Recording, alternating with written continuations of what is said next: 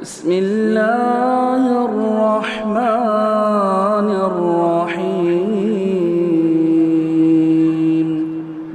الله ولي الذين آمنوا يخرجهم من الظلمات إلى النور والذين كفروا أولياؤهم الطاغوت يخرجونهم من النور إلى الظلمات. الحمد لله رب العالمين والصلاة والسلام على سيد المرسلين وعلى آله وصحبه أجمعين ومن تبعهم بإحسان إلى يوم الدين. أعوذ بالله من الشيطان الرجيم. بسم الله الرحمن الرحيم. الف لام ميم صاد کتاب انزل الیک فلا یکن فی صدرک حرج منہ لتنذر بہ وذکری للمؤمنین. محترم حاضرین، ہمارے سامنے سورۃ الاعراف ہے جو مکی دور کی نازل شدہ سورہ مبارکہ ہے. اس کی آیتوں کی تعداد 206 ہے. اس کے 3 نام ہیں: الاعراف، المیثاق اور المیقات. سورۃ الاعراف اس مناسبت سے ہے کہ اس سورہ مبارکہ میں اللہ تبارک و تعالیٰ نے جنت اور جہنم کے درمیان ایک فصیل، ایک جگہ کا تذکرہ کیا ہے جس پر کچھ لوگ ہوں گے. اہل علم کی مختلف تشریحات، تفصیلات ہے کہ وہ کون لوگ ہوں گے. زیادہ تر مفسرین کا کہنا یہ ہے کہ یہ وہ لوگ ہوں گے جن کی نیکیاں اور برائیاں برابر ہوں گی، لہٰذا نہ وہ جنت میں جائیں گے ابتداً اور نہ ہی جہنم میں. قرآن نے خود جس طریقے سے ان کا ذکر کیا ہے کہ لم يدخلوها وهم يطمعون، کہ جنت میں داخل تو نہیں ہوئے ہوں گے لیکن وہ امید رکھیں گے، جس میں اشارہ ہے کہ بعد میں وہ جنت میں داخل کر دیے جائیں گے. یہ اعراف کے مقام پر جو لوگ ہوں گے وہ اصحاب اعراف ہیں. اللہ رب العالمین نے ان کا تذکرہ کیا اور اس میں اس موضوع، اس آیت کی مناسبت سے سورت کا جو مضمون ہے اس سے مناسبت رکھتے ہوئے اس سورت کا نام الاعراف رکھا گیا. دوسرا نام المیقات ہے. اس میں اللہ کے پیغمبر جناب موسیٰ علیہ السلام کی اللہ رب العالمین کے یہاں جو ملاقات کے لیے وقت مقرر ہوا اور طور پر جا کے اللہ رب العالمین سے کلام سے مشرف ہوئے، اللہ تعالیٰ سے دیدار کا مطالبہ کیا اور جو کچھ مکالمہ ہوا وہ میقات تھی، وقت مقررہ تھا. اللہ تبارک و تعالیٰ نے اس کا ذکر میقات کر کے کہا. اس کی مناسبت سے اس کا نام المیقات یا سورۃ المیقات بھی رکھا گیا. تیسرا نام جو ہے المیثاق. میثاق عہد و پیمان کو کہتے ہیں. اس سورہ مبارکہ میں اللہ رب العالمین نے حضرت آدم علیہ السلام کی پیٹھ سے، پشت سے ارواح عالم کو، انسانوں کی روحوں کو نکال کر عالم ارواح میں انسانوں سے عہد و پیمان کا جو ذکر کیا ہے، وَإِذْ أَخَذَ رَبُّكَ مِن بَنِي آدَمَ مِن ظُهُورِهِمْ ذُرِّيَّتَهُمْ وَأَشْهَدَهُمْ عَلَىٰ أَنفُسِهِمْ أَلَسْتُ بِرَبِّكُمْ قَالُوا بَلَىٰ شَهِدْنَا. یہ پورا عہد و پیمان اور پھر اس کی آگے جو وجہ بتائی ہے کہ ہم نے ان کی پیٹھوں سے روحوں کو نکال کر پوچھا کہ کیا میں تمہارا پروردگار نہیں ہوں؟ سب نے کہا ہاں، کیوں نہیں، ہم اس بات کی گواہی دیتے ہیں. اللہ نے کہا نکالا اور انہیں ان پر خود اپنے نفسوں پر گواہ بنایا. اس عہد و پیمان کے تذکرے کی بنیاد پر اس سورہ مبارکہ کو جو ہے سورۃ المیثاق بھی کہا جاتا ہے. سورت کے آغاز میں اللہ تبارک و تعالیٰ نے اپنے نبی پر جناب محمد رسول اللہ صلی اللہ علیہ وسلم پر قرآن کریم کے نازل کرنے کا مقصد بیان کیا. الف لام میم صاد یہ حروف مقطعات ہیں. اس کے بعد ارشاد فرمایا کتاب انزل الیک، یہ ایک کتاب ہے جو آپ کی طرف نازل کی گئی ہے. فلا یکن فی صدرک حرج منہ، لہذا آپ کے پاس یہ کتاب ہے جو آپ کے پاس اس لیے بھیجی گئی ہے کہ آپ اس کے ذریعے سے ڈرائیں اور آپ کے دل میں اس کے متعلق کوئی بھی تنگی اور کوئی الجھن نہیں ہونی چاہیے. وذکری للمؤمنین، اور یہ مومنوں کے لیے نصیحت ہے، یاد دہانی ہے، نصیحت ہے. اس سورہ کے آغاز میں یہ کہا گیا کہ قرآن کو کیوں نازل کیا گیا، مومنوں کی نصیحت کے لیے اور اس کو بلا روک ٹوک بلا جھجک آپ کو اس سے ڈرانا ہے، اس کی طرف دعوت دینا ہے۔ آخر میں سورہ کے آخر میں آیت نمبر 203 میں اللہ تبارک و تعالیٰ نے فرمایا وَإِذَا لَمْ تَأْتِهِمْ بِآيَةٍ قَالُوا لَوْلَا اجْتَبَيْتَهَا، اور جب آپ ان کے پاس کوئی معجزہ نہیں لاتے، آیا بمعنی معجزہ ہے کوئی ایسی نشانی جو خرق عادت ہو، جب کوئی معجزہ نہیں لاتے تو وہ کہتے ہیں کہ ہم خود اپنی طرف سے کیوں نہیں کہ تم اپنی طرف سے خود کیوں نہیں بنا لاتے؟ تو اللہ نے کہا قُلْ إِنَّمَا أَتَّبِعُ مَا يُوحَىٰ إِلَيَّ مِن رَبِّي، آپ ان سے یہ کہیے کہ میں تو بس اسی کی اتباع کرتا ہوں جو میری طرف میرے رب کی طرف سے وحی کی جاتی ہے، میں اس کا اختیار نہیں رکھتا۔ ھذا بصائر من ربکم وہدی ورحمۃ لقوم یؤمنون، یہ جو میری طرف وحی کیا جا رہا ہے یہ تمہارے پروردگار کی جانب سے بصائر ہیں، بڑی کھلی روشن دلیلیں۔ بصائر ایسی دلیلوں کو کہتے ہیں جس سے حق اور سچائی بالکل صاف اور واضح ہو جائے، تو یہ روشن دلیلیں اللہ کی طرف سے تمہارے پاس آئی ہیں، ہدایت ہیں، اور ایمان والوں کے لیے، یقین والوں کے لیے رحمت ہے۔ گویا ابتدائی آیت اور انتہائی آیت میں اللہ تبارک و تعالیٰ نے بتایا کہ جو اس کتاب کو اختیار کرے گا وہی کامیاب ہوگا، وہ اللہ رب العالمین کا مطلوب انسان ہوگا، اور اسی کے ذریعے سے انسان حق و باطل کا جو معرکہ دنیا میں جاری ہے اس میں حق کا ساتھ دینے والا، اور پھر اس کے نتیجے میں کامیابی سے ہمکنار ہونے والا ہے، جس کا نتیجہ بھی اللہ تبارک و تعالیٰ نے سورہ میں بتایا ہے کہ دنیا اور آخرت میں کون لوگ کامیاب ہونے والے ہیں اور کون ناکام۔ یہ وہی کامیاب ہوں گے جو قرآن کے اس دستور کو، اللہ کی اس ہدایت کو اپنی زندگی میں ظاہراً اور باطناً نافذ کریں گے اور اسے اختیار کریں گے۔ اس سورہ مبارکہ کا محوری مضمون جو ہے یہ حق اور باطل کے بیچ میں موقف کی تعیین ہے۔ دنیا میں ایک طرف حق ہے اور ایک طرف باطل ہے، باطل کی بہت سی شکلیں ہیں، حق کی متعین ایک شکل ہے جو اللہ تبارک و تعالیٰ نے اتاری اور پیغمبر کی تعلیمات اور اس کی حیات طیبہ کی شکل میں اس کا جیتا جاگتا نمونہ دنیا کے سامنے پیش کیا کہ اس طریقے سے آپ کو زندگی گزارنی ہے، یہ آپ کے لیے اسوہ ہے اور قابل اقتداء نمونہ ہے، بس اسی کی اتباع کرنی ہے۔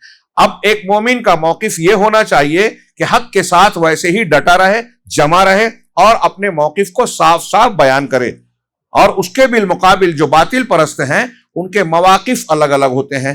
ایک تو وہ ہوتے ہیں جو اپنے باطل کو کھل کر اختیار کرتے ہیں، مشرکین کافرین، ان کی بہت سی شکلیں ہیں، اور کچھ ایسے بھی ہوتے ہیں جو دونوں کے بیچ اور درمیانی ہوتے ہیں، کھل کر نہ ان کے ساتھ ہوتے ہیں نہ ان کے ساتھ ہوتے ہیں، بلکہ اگر حق بھی کچھ لوگ اختیار کرتے ہیں تو وہ باطل کو باطل کہنے سے کتراتے ہیں، اپنے آپ کو نمایاں کرنے سے کتراتے ہیں، جیسے آج بہت سارے لوگوں کو بعض حلقوں میں مسلمان کہنے سے، اور مسلمانوں کے بیچ بہت سارے لوگوں کے درمیان اپنے آپ کو یہ جانتے ہوئے کہ اہل الحدیث ہم ہیں کہتے ہیں، لیکن ان کے سامنے کہنے سے کتراتے ہیں کہ اگر ہم کہیں گے تو یہ ہو جائے گا، وہ ہو جائے گا۔ یہاں اللہ تبارک و تعالیٰ نے اس سورہ مبارکہ میں گویا یہ بتایا ہے کہ آپ جو مانتے ہیں، آپ کا جو موقف اور مسلک اور دین ہے، اس کے سلسلے میں آپ کو متعین کرنا چاہیے کہ میرا یہ موقف ہے، میں ایسا ہوں۔ یہ سورہ مبارکہ ایک ایسے موقع پر نازل ہوئی اللہ کے رسول صلی اللہ علیہ وسلم پر مکی دور میں، مکہ کے دور میں، ایسے ماحول میں جب آپ کھل کر دعوت دے رہے تھے، اور یہ مرحلہ انتہائی نزاکت والا اور پر خطر تھا، شدید مخالفت ہو رہی تھی، اس لیے کہ یہ یقینی تھا کہ آپ کی اس واضح اور کھلی دعوت کے نتیجے میں شدید قسم کی مخالفت ہوگی اور آپ کو بہت سارے چیلنجز کا، مخالفتوں کا سامنا کرنا پڑے گا۔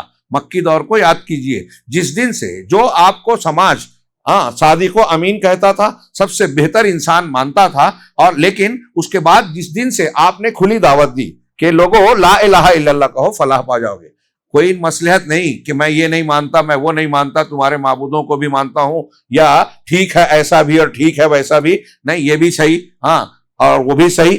اللہ کے رسول نے کہا کہ اگر حق چاہتے ہو، کامیابی چاہتے ہو، تو بلا روک ٹوک یہ ماننا پڑے گا کہ اللہ کے سوا کوئی معبود برحق ہے ہی نہیں۔ بالکل صاف صاف موقف کا آپ نے اظہار کیا۔ آپ کو یہاں اندازہ لگانا ہے کہ اس مرحلے میں آپ کو کتنی شدید قسم کے خطرات کا سامنا کرنا پڑ سکتا تھا، اور کیا انتہائی شدید مخالفت۔ اس موقع پر ایسے مرحلے میں جب خطرات ہوں، حالات کی سنگینی اور ایسی نزاکت ہو، تو آپ دیکھ سکتے ہیں کہ دنیا میں بہت سے لوگ سچائی کو اپنے حق کو بیان کرنے سے شرماتے ہیں، کتراتے ہیں۔ بعض لوگ اس بات سے ڈرتے ہیں کہ اگر میں نے سچائی بولی یا اپنے حق اور موقف کا اظہار کیا تو کچھ لوگ ہمیں اذیت و تکلیف دیں گے۔ ایسے حالات میں اللہ کے نبی صلی اللہ علیہ وسلم پر یہ قرآن، یہ سورہ مبارکہ نازل ہوئی، اور اس میں گویا اس معاملے میں انتہائی عمدہ طریقے سے اپنے موقف اور اہل باطل کے موقف کو صاف صاف بیان کرتی ہے اور تعلیم دیتی ہے کہ آپ جس موقف کو اختیار کر رہے ہیں اس کو واضح طور سے بیان کریں، اعلان کریں، اس کی دعوت دیں، اور اگر اسے جو قبول نہیں کرتا تو سورہ مبارکہ میں اس کے انجام کو بتایا گیا ہے۔ سورت کے موضوعات میں آغاز کلام میں ہی آپ پائیں گے کہ اللہ تبارک و تعالیٰ نے قرآن مجید کی تعلیم کا ذکر کیا، جو ابھی میں نے آیت پڑھی، اور اس کے فوراً بعد اللہ تعالیٰ فرماتا ہے اتبعوا ما انزل الیکم من ربکم ولا تتبعوا من دونہ اولیاء، کہ اپنے پروردگار کی جانب سے جو تمہارے اوپر نازل کیا گیا ہے اسی کی اتباع کرو۔ یہ جملہ میں نے ترجمہ کیا، آپ نے سنا۔ تھوڑی دیر کے لیے میں آپ سب سے کہہ رہا ہوں کہ اپنے آپ سے سوال کریں، یہاں جتنے لوگ موجود ہیں، جو لوگ سن رہے ہیں، غور کریں کہ اللہ کہہ رہا ہے کہ اتباع کس کی کرنی ہے، ماننا کیا ہے، کس طریقے سے زندگی گزارنی ہے، عقیدہ کون سا ہونا چاہیے، عبادت کس طریقے سے ہونی چاہیے، کتنی ہونی چاہیے، کیسی ہونی چاہیے، اور معاملات حلال حرام کہاں سے لینا چاہیے۔ قرآن کی آیت جواب دے رہی ہے اتبعوا ما انزل الیکم من ربکم، اس چیز کو ماننا ہے، اس چیز کو دین، عقیدہ، حلال حرام کا اصول دستور بنانا ہے جو تمہارے پروردگار کی طرف سے نازل کیا گیا۔ کیا اس میں کوئی الجھن ہے؟ اس کے سمجھنے میں کوئی دقت ہے؟ بات سمجھ میں نہیں آتی؟ ہاں، اب جو چیزیں قرآن و حدیث میں واضح بھی ہے، ہمارے ہاں لوگ فلسفہ بگھار کے فلاں بزرگ، فلاں پیر صاحب، فلاں یہ ہماری عقل نہیں مانتی، ہمارا فلاں ڈھما یہ کہتے ہیں، یہ قرآن میں اللہ نے جو نازل کیا ہے اس کو ہیر پھیر کرتے ہیں، سیدھے سیدھے ماننے کو تیار ہی نہیں ہے۔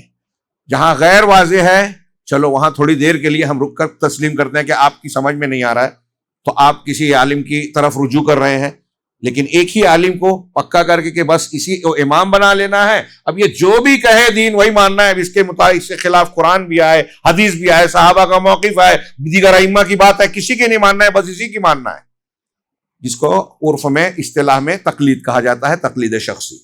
ایک بڑے جماعت نے، ہماری امت کے بڑے گروہ نے، کئی گروہوں نے اسے اختیار کر لیا ہے اور دین کے لیے لازم سمجھ لیا ہے۔ اسے لازم بنانے کی کوئی دلیل نہیں ہے۔ ہاں، اس کے بالمقابل اللہ تعالیٰ قرآن میں جا بجا یہ کہہ رہا ہے کہ اتباع کرنی ہے وحی کی، اتباع کرنی ہے قرآن کی، حدیث کی، ماننا ہے، اطاعت و فرما برداری کرنی ہے اللہ کی اور اس کے رسول کی۔ اور اللہ اور اس کے رسول نے جیسا بتایا اس کے تناظر میں اب دوسروں کی اطاعت و فرما برداری آئے گی، اس کے دائرے میں آئے گی، اس دائرے سے نکل کے نہیں کہ آپ کسی کی اس طرح ماننے لگے، ماں باپ کی اطاعت کریں، امیر کی اطاعت کریں، عالم کی بات مانیں، تو اس طرح نہیں کہ بھئی قرآن و حدیث کو رد کر دیں، اس کی کوئی گنجائش نہیں ہے۔ یہ ابتداءً اللہ تبارک و تعالیٰ نے گویا ایک مسلمان کے لیے دستور زندگی اور سیرت و سلوک کا اصول بنیاد بیان کر دی کہ آپ کے ہمارے لیے دستور قرآن ہے، آپ کے اور ہمارے لیے دستور وہ چیز ہے جو رب نے آسمان سے نازل کی۔ وَلَا تَتَّبِعُوا مِن دُونِهِ اولیاء، اور اس کے علاوہ قرآن اور حدیث یا اللہ کے اتارے ہوئے دین کے سے ہٹ کر تم دوسرے اولیاء اور اپنے بنائے ہوئے بزرگوں اور فلاں کو، اولیاء کو کی اتباع نہ کرو، لیکن قلیلا ما تذکرون، بہت کم تم نصیحت پکڑتے ہو۔ یہ قرآن کی آیت اور یہ حکم بالکل صاف ہے، لیکن کم لوگ اسے مانتے ہیں۔ اب اس مضمون کو سامنے رکھیے جو قرآن کی شروعات میں سورہ اعراف میں اللہ رب العالمین نے ہدایت دی، نصیحت دی، واعظ کیا۔ اب اس کے بعد اس میں مضمون جو بیان کیا گیا ہے کہ آدم علیہ السلام اور ابلیس کے درمیان جو صراع، یعنی انسان اور شیطان کے بیچ میں جو جنگ اور مخالفت کا آغاز ہوا، اس سورہ مبارکہ میں اللہ تبارک و تعالیٰ نے اس کا ذکر کیا کہ پیدائش کے وقت ہی جب آدم کو اللہ نے وجود بخشا، ان میں روح پھونکی اور فرشتوں سے کہا قلنا للملائکۃ اسجدوا لآدم، کہ ہم نے فرشتوں سے کہا، سورہ اعراف میں بھی ہے یہ، ہم نے فرشتوں سے کہا کہ آدم کو سجدہ کرو، تو سب نے کیا سوائے ابلیس کے۔ اللہ نے پوچھا کہ کس چیز نے تجھے روکا؟ جب میں نے حکم دیا، اللہ نے حکم دیا، تو کس چیز نے روکا؟ تو اس نے عقل بتائی کہ خلقتنی من نار وخلقتہ من طین انا خیر منہ خلقتنی، میں اس سے بہتر ہوں، تو نے مجھے آگ سے پیدا کیا اسے مٹی سے. دیکھیں اللہ کے حکم کے سامنے عقل. آج کتنے لوگ لگا رہے ہیں, مسلمان غیر مسلم جانے دیجیے, اللہ کے حکم کے سامنے قیاس چلے گا؟ اصول ہے فقہ میں کہ قرآن اور حدیث کے ہوتے کوئی قیاس نہیں چلے گا. قیاس کی اپنی جگہ ہے, جواز ہے, اور قیاس صحیح بھی ہو سکتا ہے, غلط بھی. جو صحیح ہوگا وہ مقبول ہو سکتا ہے, ہوگا, اور جو صحیح نہیں ہے, صحیح قیاس نہیں ہے, اس کو قبول نہیں کیا جائے گا. ابلیس کا یہ طریقہ ہے کہ قرآن اور حدیث اللہ کا حکم آنے کے سامنے عقل لگائی جائے. اور اس نے کیا کہا؟ میں اس سے بہتر ہوں. کس بنیاد پہ کہا؟ کہ اس کو تو نے آگ سے, مٹی سے بنایا, مجھے آگ سے بنایا. علامہ ابن تیمیہ رحمہ اللہ نے کئی وجوہ سے بتایا کہ اس کا یہ استدلال بھی غلط تھا. کئی اعتبار سے مٹی آگ سے بہتر ہے. ہاں, اور اگر استقلالی انفرادی طور پہ کوئی ایک چیز دوسری چیز سے بہتر ہو تو ضروری نہیں ہے کہ اس چیز سے بنی ہوئی جو مرکب چیز ہو اور اس چیز سے بنی ہوئی جو مرکب چیز ہو یہ مرکب اس مرکب سے بہتر ہو. ایسا ضروری نہیں ہے. ایک دوا میں شہد کا استعمال ہو, شہد دوسری چیزوں سے بہتر ہے, اب اس سے کمتر چیز کے ذریعے سے دوسری دوا بنائی گئی ہے تو ممکن ہے کہ شہد سے بنائی ہوئی دوا اگرچہ شہد اور اس میں دوسری چیز میں شہد زیادہ مفید ہے, ہاں, لیکن شہد کے مقابلے میں جس دوسری چیز کا استعمال کسی دوا میں کیا گیا ہو وہ مجموعی طور سے دوسرے مرکبات سے مل کر اس کے مرکب سے زیادہ افضل ہو سکتی ہے. ایک نمبر. دوسرا یہ علامہ ابن تیمیہ نے کہا کہ آگ میں سرکشی ہے, مٹی میں تواضع ہے. ابلیس نے تکبر کیا, آدم نے تواضع اختیار کیا. اللہ کو تواضع پسند ہے. آگ میں کوئی چیز جائے تو وہ ختم ہو جاتی ہے جل کے. مٹی میں چیزیں پیدا ہوتی ہیں, محفوظ رہتی ہیں, پیڑ پودے اگتے ہیں, دفینے, خزانے, معدنیات اس میں موجود ہوتی ہیں جو انسان کے لیے فائدہ مند ہے, لوگوں کے لیے فائدہ مند ہے. تو ایسے انہوں نے کم سے کم 4 یا 5 وجوہ بیان کی جس سے کہا کہ ابلیس کی یہ بات بھی غلط تھی. ایسے ہی جب آپ غور کریں گے کہ آج کل بہت سے لوگ قرآن اور حدیث کے سامنے جب عقل کا دعویٰ کرتے ہیں کہ حدیث میں یہ ہے اور ہماری عقل یہ کہتی ہے, قرآن میں یہ ہے اور ہماری عقل یہ کہتی ہے, اور جب آپ تحقیق کریں گے, غور کریں گے, گہرائی میں جائیں گے تو پتہ چلے گا کہ ان کی عقل والی بات صحیح نہیں ہے, قرآن حدیث والی بات صحیح ہے. ایسی مثالیں ہم بیسیوں دے سکتے ہیں کہ ماضی میں یہ بہتر سمجھا جاتا تھا لیکن بعد میں سمجھ میں آیا کہ قرآن و حدیث نے جو تعلیم دی تھی, جو باتیں بتائی تھی, اسی میں بہتری ہے. بہرحال آدم اور ابلیس کے درمیان کا یہ بتایا گیا کہ یہ آدم اور ابلیس کی شیطان کی دشمنی دائمی ہے. اللہ رب العالمین نے اس محاورے کو بیان کرنے کے بعد جو شیطان نے کہا کہ ابلیس نے انکار کیا تو راندہ درگاہ ہوا, پھر آدم کو جنت میں ڈالا گیا تو اس کے بعد بہکایا شیطان نے. پڑھیے اس میں کہ ان کو قسم دلائی کہ میں تمہارا خیر خواہ وقاص سماہما, ان دونوں سے قسم کھا کے کہا کہ میں تمہارا بھلا چاہنے والا ہوں. ہاں, پھر ان کو اس درخت کو کھانے پر مجبور کیا, ابھارا, اکسایا, جس سے اللہ نے منع کیا تھا, اور جب کھا لیا تو وہ ننگے ہو گئے. ہاں, یہ اس میں سورہ اعراف میں ذکر ہے کہ ان دونوں کی شرمگاہ جو ہے کھل گئی. فطفقا یخصفان علیہما من ورق الجنہ, ہاں, بدت لہما سوآتہما, ہاں, کہ ان کی دونوں کی شرمگاہیں جو ہے بے پردہ ہو گئی, برہنہ ہو گئی, تو وہ دونوں شرم کے مارے اپنی شرمگاہ کو چھپانے کے لیے جنت کے پتوں کو استعمال کرنے لگے, آڑ بنانے لگے.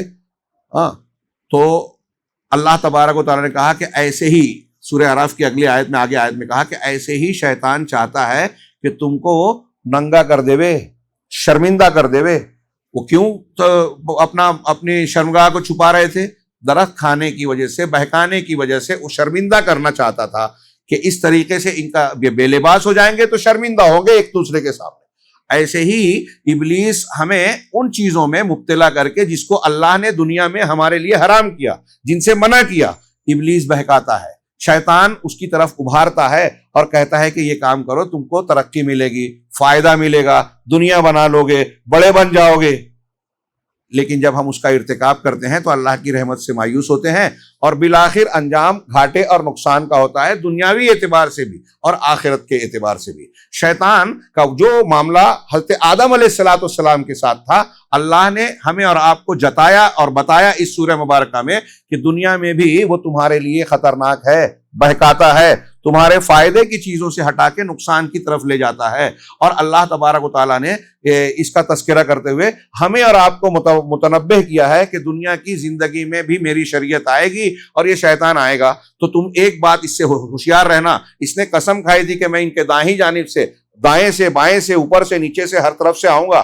ہاں، اللہ نے اس کو چھوٹ دی ہے، اور ہمیں اور آپ کو یہ اس سورہ مبارکہ میں متنبہ کیا کہ انہ یراکم ہوا وقبیلہ من حیث لا ترونہم، کہ وہ شیطان، ابلیس اور اس کا قبیلہ، اس کا گروہ ایسی جگہ سے تم کو دیکھتا ہے جہاں سے تم نہیں دیکھتے۔ اب جس دشمن کو ہم دیکھ نہیں رہے ہیں وہ دشمن زیادہ خطرناک ہوتا ہے، وہ ہمیں دیکھ رہا ہے، ہم اسے نہیں دیکھ رہے، لیکن اللہ رب العالمین نے اس سے بچنے کے گر اپنے کلام پاک میں بتائے ہیں۔ اعوذ باللہ، شریعت پر عمل، قرآن کو اختیار کرنا، توحید کو اختیار کرنا۔ پھر اللہ تبارک و تعالیٰ نے اس سورہ مبارکہ میں آدم اور ابلیس کے درمیان کی جنگ ہماری چل رہی ہے دنیا میں، اب اس زمانے سے لے کے قیامت تک یہ معاملہ چلنا ہے۔ اب اس معاملے میں جنگ کا نتیجہ کیا ہونا ہے؟ جنت اور جہنم کی شکل میں۔ اب جنت اور جہنم کا تذکرہ کرتے ہوئے اللہ تبارک و تعالیٰ نے اہل جنت اور اہل جہنم کا مکالمہ بھی اس سورہ مبارکہ میں نقل کیا ہے، بلکہ ابتدا کی ہے۔ تو جنت میں جب بھی کوئی طائفہ، کوئی گروہ جائے گا تو پہلی والی، دوسری والی جو ایک دوسرے کے پیچھے آئیں گے، ایک دوسرے کو لعنت کریں گی جماعتیں، اور کہے گی پہلی والے دوسرے کے ان کو ڈبل عذاب دے، اور وہ کہے گا نہیں، ان کی وجہ سے ہم گمراہ ہوئے، ان کو ڈبل عذاب دے۔ دنیا میں جو لوگ برائی کے کام میں ایک دوسرے کی مدد کرتے ہیں، ایک سردار بنتا ہے، ایک اس کے پیچھے چلتا ہے، اگر سرکشی، ظلم، شرک اور برائی کے معاملے میں اس طرح کرتے ہیں تو دونوں ایک دوسرے کے لیے جہنم میں اور میدان محشر میں کہیں گے۔ قرآن میں کئی جگہ یہ مکالمے نقل کیے ہیں کہ اس کو، ان کی وجہ سے ہم جہنم میں آئے ہیں، پروردگار ہمارے دگنا ان کو عذاب دے۔ وہ کہیں گے کہ ہم ان کی وجہ سے سردار بنے تھے، یہ ہمارے پیچھے نہیں ہوتے تو ہم اس طرح اکڑتے نہیں، ان کو دگنا عذاب دے۔ اللہ کہے گا دونوں کو ڈبل ملے گا، دونوں کو دگنا عذاب ملے گا، لیکن تم سمجھتے نہیں۔ اور پھر یہ جو دونوں کا، اہل جنت اور اہل جہنم کا پھر مکالمہ ہوگا۔ ہاں، اہل جنت کہیں گے ان سے کہ جو ہم سے ہمارے پروردگار نے وعدہ کیا تھا ہم نے سچ پایا، کیا تم سے جو وعدہ کیا تھا تم نے سچ پایا؟ وہ کہیں گے ہاں ہاں۔ اور پھر یہ بھی کہیں گے جہنمی کہ یا اہل الجنہ، کیا ونادى اصحاب النار اصحاب الجنہ ان افیضوا علینا من الماء او مما رزقکم اللہ، کہ اے اہل جنت ہمارے اوپر کچھ پانی ہماری طرف ڈال دو، بہا دو، یا پھر وہ چیز جو اللہ نے تم کو رزق اور روزی دی ہے جنت میں۔ تو وہ جواب دیں گے اہل جنت کہ ان اللہ حرمہما علی الکافرین، کہ یہ پانی اور جو رزق اور روزیاں جو جنت میں اللہ نے نعمتیں دی ہیں، اللہ نے ان چیزوں کو کافرین پر حرام قرار دے دیا۔ کافر جنت کی نعمت سے لطف اندوز نہیں ہو سکتے، استعمال نہیں کر سکتے اسے، یہ ان کے لیے حرام ہوگی۔ اہل جنت یہی جواب دیں گے، اور اصحاب اعراف جنتیوں کو جہنمیوں کو دیں گے، دیکھیں گے تو جنتیوں سے سلام کہیں گے، مبارکباد دیں گے، اور جہنمیوں کی طرف منہ پھیر کے کہیں گے کہ اللہ، دیکھ کر کہیں گے کہ اللہ ان ظالم لوگوں کے میں ہم کو شامل نہ کرنا۔ اور پھر ان سے کہیں گے کہ تم یہ کہتے تھے نا کہ یہ لوگ، تم اللہ کی نعمت کے حقدار ہو، اور یہ جنتی لوگوں کو اللہ تبارک و تعالیٰ اپنی نعمتوں سے نہیں نوازے گا، آج وہ کہاں ہیں اور تم کہاں ہو۔ یہ ان کی حسرت، ان کے عذاب کا احساس اور غم اور بڑھائے گا۔ تو ان کے درمیان یہ مکالمہ ہوگا، اور اس مکالمے میں اللہ رب العالمین گویا یہ اشارہ کر رہا ہے، تعلیم دے رہا ہے کہ جو ابلیس کا اور انسان کا جھگڑا دنیا میں چل رہا ہے، یعنی حق اور باطل کا، تو اس حق اور باطل کے نتیجے میں اہل جنت اور اہل جہنم وجود پذیر ہوں گے۔ تیسرے نمبر پر انہوں نے ذکر کیا کہ پچھلی امتوں کے حالات کا اس سورہ مبارکہ میں ذکر کیا گیا۔ آج ہمارے یہاں چوتھی رکعت تک، بلکہ پانچویں چھٹی رکعت تک جو ہے سورہ ہود پڑھی گئی۔ اس سورہ مبارکہ میں بھی قوم نوح سے لے کر قوم عاد، قوم ثمود، پھر قوم شعیب، ابراہیم علیہ السلام اور اس ضمن میں لوط علیہ السلام اور ان کی قوم کا تذکرہ ہم نے آج بھی سنا۔ یہ سورۃ الاعراف میں بھی ان کا اللہ رب العالمین نے بڑا جامع ذکر کیا ہے ہماری عبرت اور نصیحت کے لیے، کہ ان کے حالات میں ہم اللہ تبارک و تعالیٰ کے قوانین کو سمجھ سکتے ہیں کہ جب جن لوگوں نے کفر کیا، اپنے پیغمبر کی مخالفت کی، حق کو قبول نہیں کیا، حق کا انکار کر کے سرکشی پر آمادہ رہے، تو ان کا انجام دنیا میں بھی اچھا نہیں ہوا۔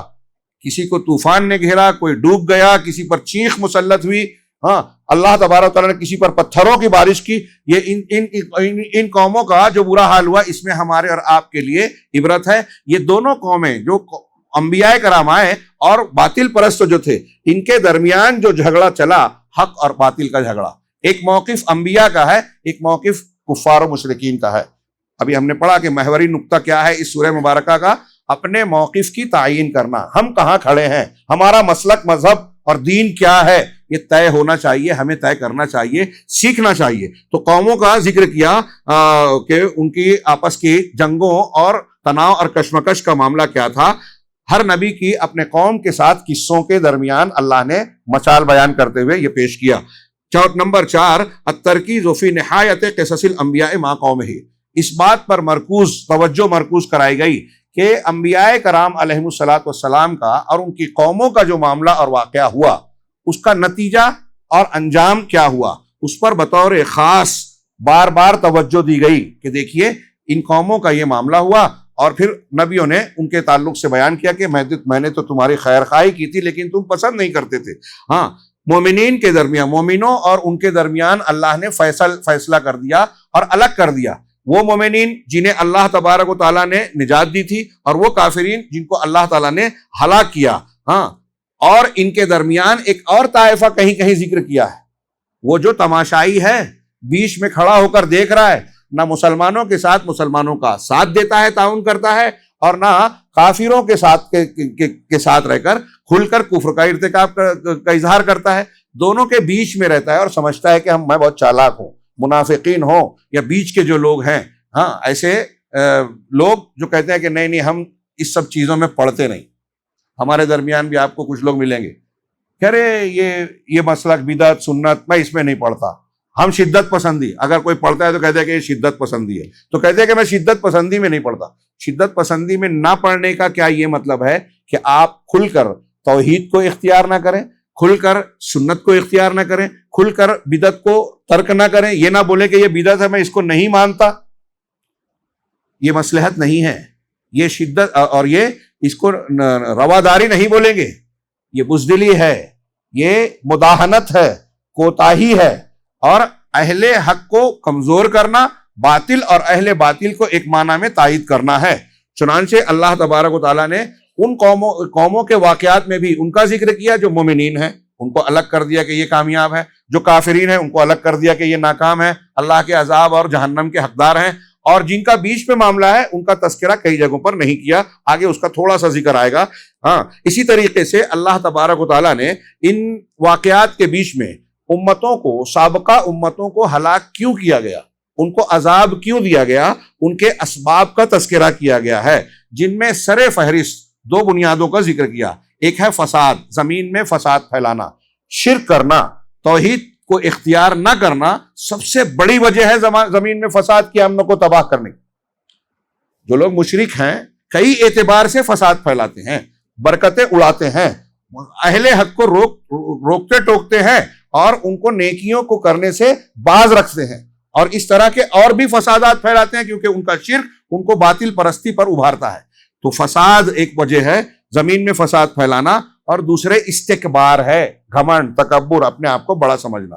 اس ایک لفظ کی تشریح میں پورے 1 گھنٹے سے زیادہ کی تقریر کی جا سکتی ہے۔ آپ ابلیس کو دیکھیے، اللہ نے ذکر کیا کہ اس نے آدم کو سجدہ کرنے سے انکار کیا، اللہ کا حکم تھا نہیں مانا، کیوں؟ قرآن میں ذکر کیا جگہ جگہ، ابا واستکبر، استکبار کیا۔ قرآن نے یہ بھی بتایا کہ یہ قومیں جب جب ان کے نبی آئے، ان کو دلیلیں دی، معجزات بتائے، تو کیوں نہیں مانے؟ یستکبرون کا لفظ، استکبرو کا لفظ آپ کو بار بار ملے گا کہ انہوں نے استکبار کیا، اکڑ کیا، میں بڑا ہوں۔ ہاں، فرعون کا میں نے ذکر کیا، قرآن میں دوسرے مقام پہ کہا کہ موسیٰ علیہ السلام کی دلیلوں کو وہ جانتا تھا، اس کے دل کو یقین تھا کہ یہ حق ہے، وَجَحَدُوا بِهَا وَاسْتَيْقَنَتْهَا أَنفُسُهُمْ، کہ ان کے دلوں کو یقین تھا پھر بھی انکار کیا، کیوں؟ ظلم و علوا، ظلم اور استکبار کے، علو چاہتے ہوئے، برتری چاہتے ہوئے۔ آپ دیکھیں گے کہ آج بھی جو دنیا میں بہت سارے باطل ہیں، اب امریکہ دنیا پر قبضہ چاہتا ہے، اپنی برتری۔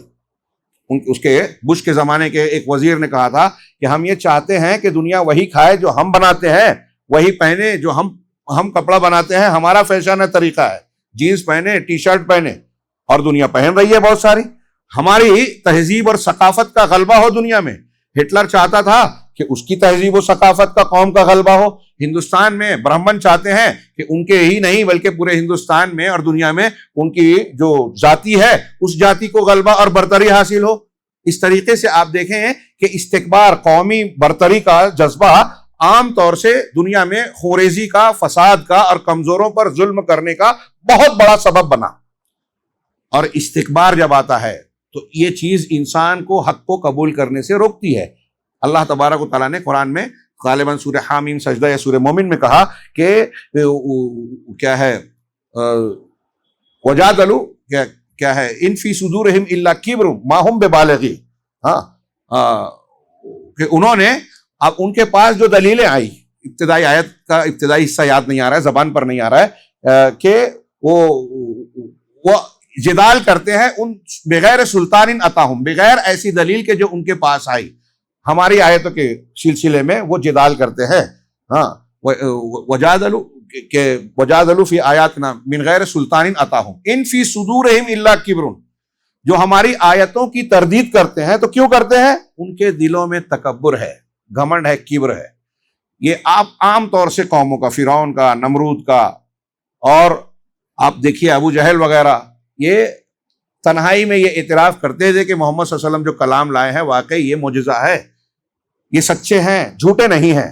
لیکن ہم کیسے مان سکتے ہیں؟ ابو جہل کا ایک کلام تاریخ میں آپ کو ملے گا، وہ کہتا تھا کہ بنو ہاشم نے مہمانوں کو کھانا کھلایا، مہمان نوازی کی، ہم نے بھی کیا. انہوں نے داز و دہیج کی، ہم نے بھی کیا. انہوں نے دنیاوی اعتبار سے جس چیز کا مظاہرہ کیا، ہم نے بھی کیا. لیکن اب ان کے درمیان سے ایک شخص آیا اور کہہ رہا ہے کہ میں نبی ہوں، تو ہم نبی کہاں سے لائیں؟ ان کی برابری کیسے کریں؟ ہم نہیں مانیں گے. یہود مانتے تھے کہ اللہ کے رسول صلی اللہ علیہ وسلم سچے ہیں، وہی ہے جس کی پیشین گوئی ہماری کتابوں میں موجود ہے، لیکن نہیں مانیں گے اس لیے کہ وہ ہماری نسل میں نہیں آیا ہے، بنی اسرائیل میں نہیں آیا، بنی اسماعیل میں آیا. بالکل کلیئر ہے، قرآن نے اس کا تذکرہ کیا، حدیثوں میں اور تاریخ میں موجود ہے. تو یہ استکبار جو ہے بہت بڑی بات ہے. اور مسلمانوں میں بھی جب استکبار کسی کے اندر آتا ہے، ہم آپس میں جھگڑا کرتے ہیں. کئی مرتبہ ایسا ہوتا ہے کہ معلوم ہو جاتا ہے کہ سامنے والے کی دلیل صحیح ہے، مضبوط ہے، نہیں مانتے. میں کیسے جھک جاؤں؟ ہاں، میاں بیوی کا جھگڑا ہو، بھائی بھائی کا جھگڑا ہو، دو مسلک کا جھگڑا ہو، یہ چیز آپ کو بہت ملے گی. اللہ کے نبی صلی اللہ علیہ وسلم کی وہ حدیث اس بارے میں آپ کو، ہم کو بات کو سمجھا دے گی کہ آپ کے ساتھ ایک شخص کھانا کھا رہا تھا، الٹے ہاتھ سے کھایا، بائیں ہاتھ سے. آپ نے کہا سیدھے ہاتھ سے کھاؤ، تو اس نے کہا کہ میری طاقت نہیں ہے. آپ نے اسے بد دعا دے دی، تجھے کبھی طاقت نہ ملے. بد دعا دینے کی وجہ کیا تھی؟ راوی نے بتایا کہ بد دعا دینے کی وجہ یہ تھی کہ ما منعہ الا الکبر، اللہ کے رسول صلی اللہ علیہ وسلم کی بات کو اس نے ماننے سے جس چیز نے اسے روکا تھا وہ کبر تھا، گھمنڈ تھا. اس گھمنڈ کی وجہ سے اس نے سنت کو نہیں مانا. آج کتنے لوگ ہیں جو آپ حدیث بتائیے، وہ کہتے ہیں میری عقل میں نہیں آتی، میں نہیں مانوں گا، میرے اتنے بڑے بڑے لوگ نہیں مانتے. تو آپ رسول کے مقابلے میں ان بڑے لوگوں کو بڑا پن دے رہے ہیں اور اپنے آپ کو، اپنے نفس کو الہ بنا کر تکبر کر رہے ہیں کہ اللہ رسول سے بڑا میرا جی ہے، میرا نفس ہے.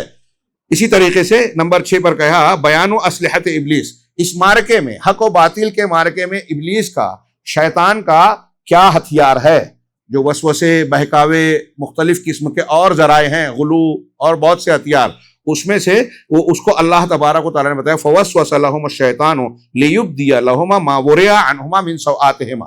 آیت کا ایک ٹکڑا ہے 20 آیت نمبر 20 کا، کہ شیطان نے ان دونوں میں وسوسہ ڈالا، آدم اور حوا علیہ السلام کو. ہاں، کیوں ڈالا؟ تاکہ ان کے اس شرمگاہ کو جو چھپی ہوئی تھی اس کو ظاہر کر دے، کھول دے. ہاں، یہ بتایا. اور اس بارے میں انہوں نے کہا کہ اہم ترین ایک اس کا ہتھیار ہے ننگا پن، برہنگی، کپڑے اتارنا اور ایک دوسرے کے سامنے شرمندہ کرنا. اور آج شیطان نے اس ننگے پن کو اس طرح سے آرٹ اور فیشن بنا دیا ہے کہ اب لوگ ننگے پن کے بعد شرمسار نہیں ہوتے بلکہ فخر کرتے ہیں. ایک آدمی کی بیٹی جو ہے وہ پردے پر نیم اریاں لباس میں آتی ہے، دوسروں کے ساتھ ہوتی ہے، جسے دیکھ کر کوئی بھی جو ہے غیرت مند آدمی جسے قبول نہ کرے وہ اسے دیکھ کر خوش ہوتا ہے اور کہتا ہے میری بیٹی اس ترقی پر پہنچ گئی. تو یہ شیطان کا بہت بڑا حربہ ہے، ننگا پن. اور ہماری نوجوان نسل کو جب اس نشے میں ڈال دیا کہ ننگا پن موبائل پہ دیکھیے، سنیے، اس پر غور کیجئے، تو جو لوگ، جن نوجوانوں کو آپ دیکھیں گے کہ اس قسم کے نشے میں مبتلا ہو گئے کہ گندی چیزوں کو دیکھتے ہیں، سنتے ہیں اور اسی میں پڑے رہتے ہیں، زنا اور بدکاری کی راہ پر چلتے ہیں، تو وہ اپنے ماں باپ کی، اپنے پرکھوں کی کمائی ہوئی جائیداد کو، وہ چاہے کتنی بھی ہو، اڑا دیتے ہیں، خود بھی تباہ ہوتے ہیں، اور وہ کبھی کوئی تعمیری کام انجام نہیں دے پاتے، کارنامہ انجام. ایسے نوجوان کارنامہ انجام نہیں دے سکتے جو عیاشی اور اس راستے پر ننگے پن کے راستے پہ چلتے ہیں، ان کے ذہن و دماغ میں یہی چیز خناس کی طرح بھر جاتا ہے. وہ قرآن حدیث پڑھنے میں ان کو مزہ نہیں آتا، عبادت کرنے کی طرف ان کا دل نہیں جاتا، رغبت نہیں جاتی. ساری چیزوں کو، یعنی بظاہر ایک چھوٹی سی برائی نظر آ رہی ہے ہمیں، لیکن اس کو حربہ بنا کے شیطان اس طرح بہکاتا ہے کہ آدمی پوری طریقے سے آخرت سے، اللہ کے دین سے غفلت کا شکار ہو جاتا ہے. کسی کی نصیحت اسے کام نہیں کرتی. مولوی صاحب ارے وہ تو ہمیشہ یہی باتیں کرتے رہتے ہیں، ابا تو ہمیشہ ڈانٹتے پھٹکارتے رہتے ہیں، اور آدمی اپنی زندگی کی مستیوں میں لگا رہتا ہے. ہاں. نمبر 7، بنی اسرائیل کا فساد. حق اور باطل کے معرکے میں بنی اسرائیل کا فساد اور بگاڑ، اور کس طریقے سے وہ تردد کا شکار تھے، شک و شبہات میں تھے. کبھی حق کی طرف، اور حق ملنے کے بعد بھی کئی مرتبہ باطل کی طرف چلے جاتے تھے. اپنے موقف میں وہ پختہ اور یقینی شکل اختیار نہیں کرتے تھے. نبی کی دعوت بھی قبول کیا، آگے آ رہا ہے، حالانکہ ان کے درمیان موسیٰ علیہ السلام خود موجود ہے، ایک نبی اور پیغمبر اور جلیل القدر پیغمبر، اور انہوں نے اپنی آنکھوں سے حضرت موسیٰ کے ہاتھوں پر بہت سارے معجزات کو ظاہر ہوتے ہوئے دیکھا ہے. اپنی آنکھوں سے دیکھا کہ فرعون پیچھے آ گیا، سامنے دریا ہے، اور موسیٰ سے بھی کہا بھی کہ ہم تو گھیر لیے گئے، انا لمدرکون، اسی سورہ مبارکہ میں کہا ہم تو گھیر لیے گئے. حضرت موسیٰ نے کہا ایسا ہرگز نہیں ہو سکتا. ان معی ربی سیہدین، میرے ساتھ میرا پروردگار ہے جو مجھے راستہ دے گا. بہت بڑی عبرت کا سامان ہے، یہ چھوٹا موٹا واقعہ نہیں ہے. اسی کے شکرانے میں حضرت موسیٰ علیہ السلام نے روزہ رکھا، بنی اسرائیل رکھتے ہیں، اور اللہ کے رسول صلی اللہ علیہ وسلم نے اس امت کے لیے بھی مشروع کیا کہ عاشورہ کا محرم رکھا جائے، اس لیے کہ یہ بہت بڑا عبرت اور سبق والا واقعہ ہوا تھا. اللہ تبارک و تعالیٰ نے ٹوٹے پھوٹے نہتے بنی اسرائیل کے لوگوں کو، جو بہت بڑی تعداد میں تھے لیکن اس میں بچے تھے، عورتیں تھے، اور غلامی سے نکلے ہوئے جوان تھے، جن کے اندر مقابلے کی کوئی جو ہے ہمت اور حوصلہ تھا ہی نہیں. انہوں نے جب فرعون کا لشکر دیکھا خوفزدہ ہو گئے اور کہا گھیر لیے گئے. موسیٰ کو بولنے لگے الٹا سیدھا. حضرت موسیٰ نے کہا اس سے پہلے بھی بنی اسرائیل نے کیا کیا جو ہے شکایتیں کی تھی اپنے پیغمبر سے. آنکھوں سے دیکھا کہ دریا میں راستہ بنا، ہم نکل گئے، فرعون ڈوب گیا. پھر بھی موسیٰ علیہ السلام سے اور اپنے موقف کے سلسلے میں ہمیشہ کمزوریوں کا اظہار کیا.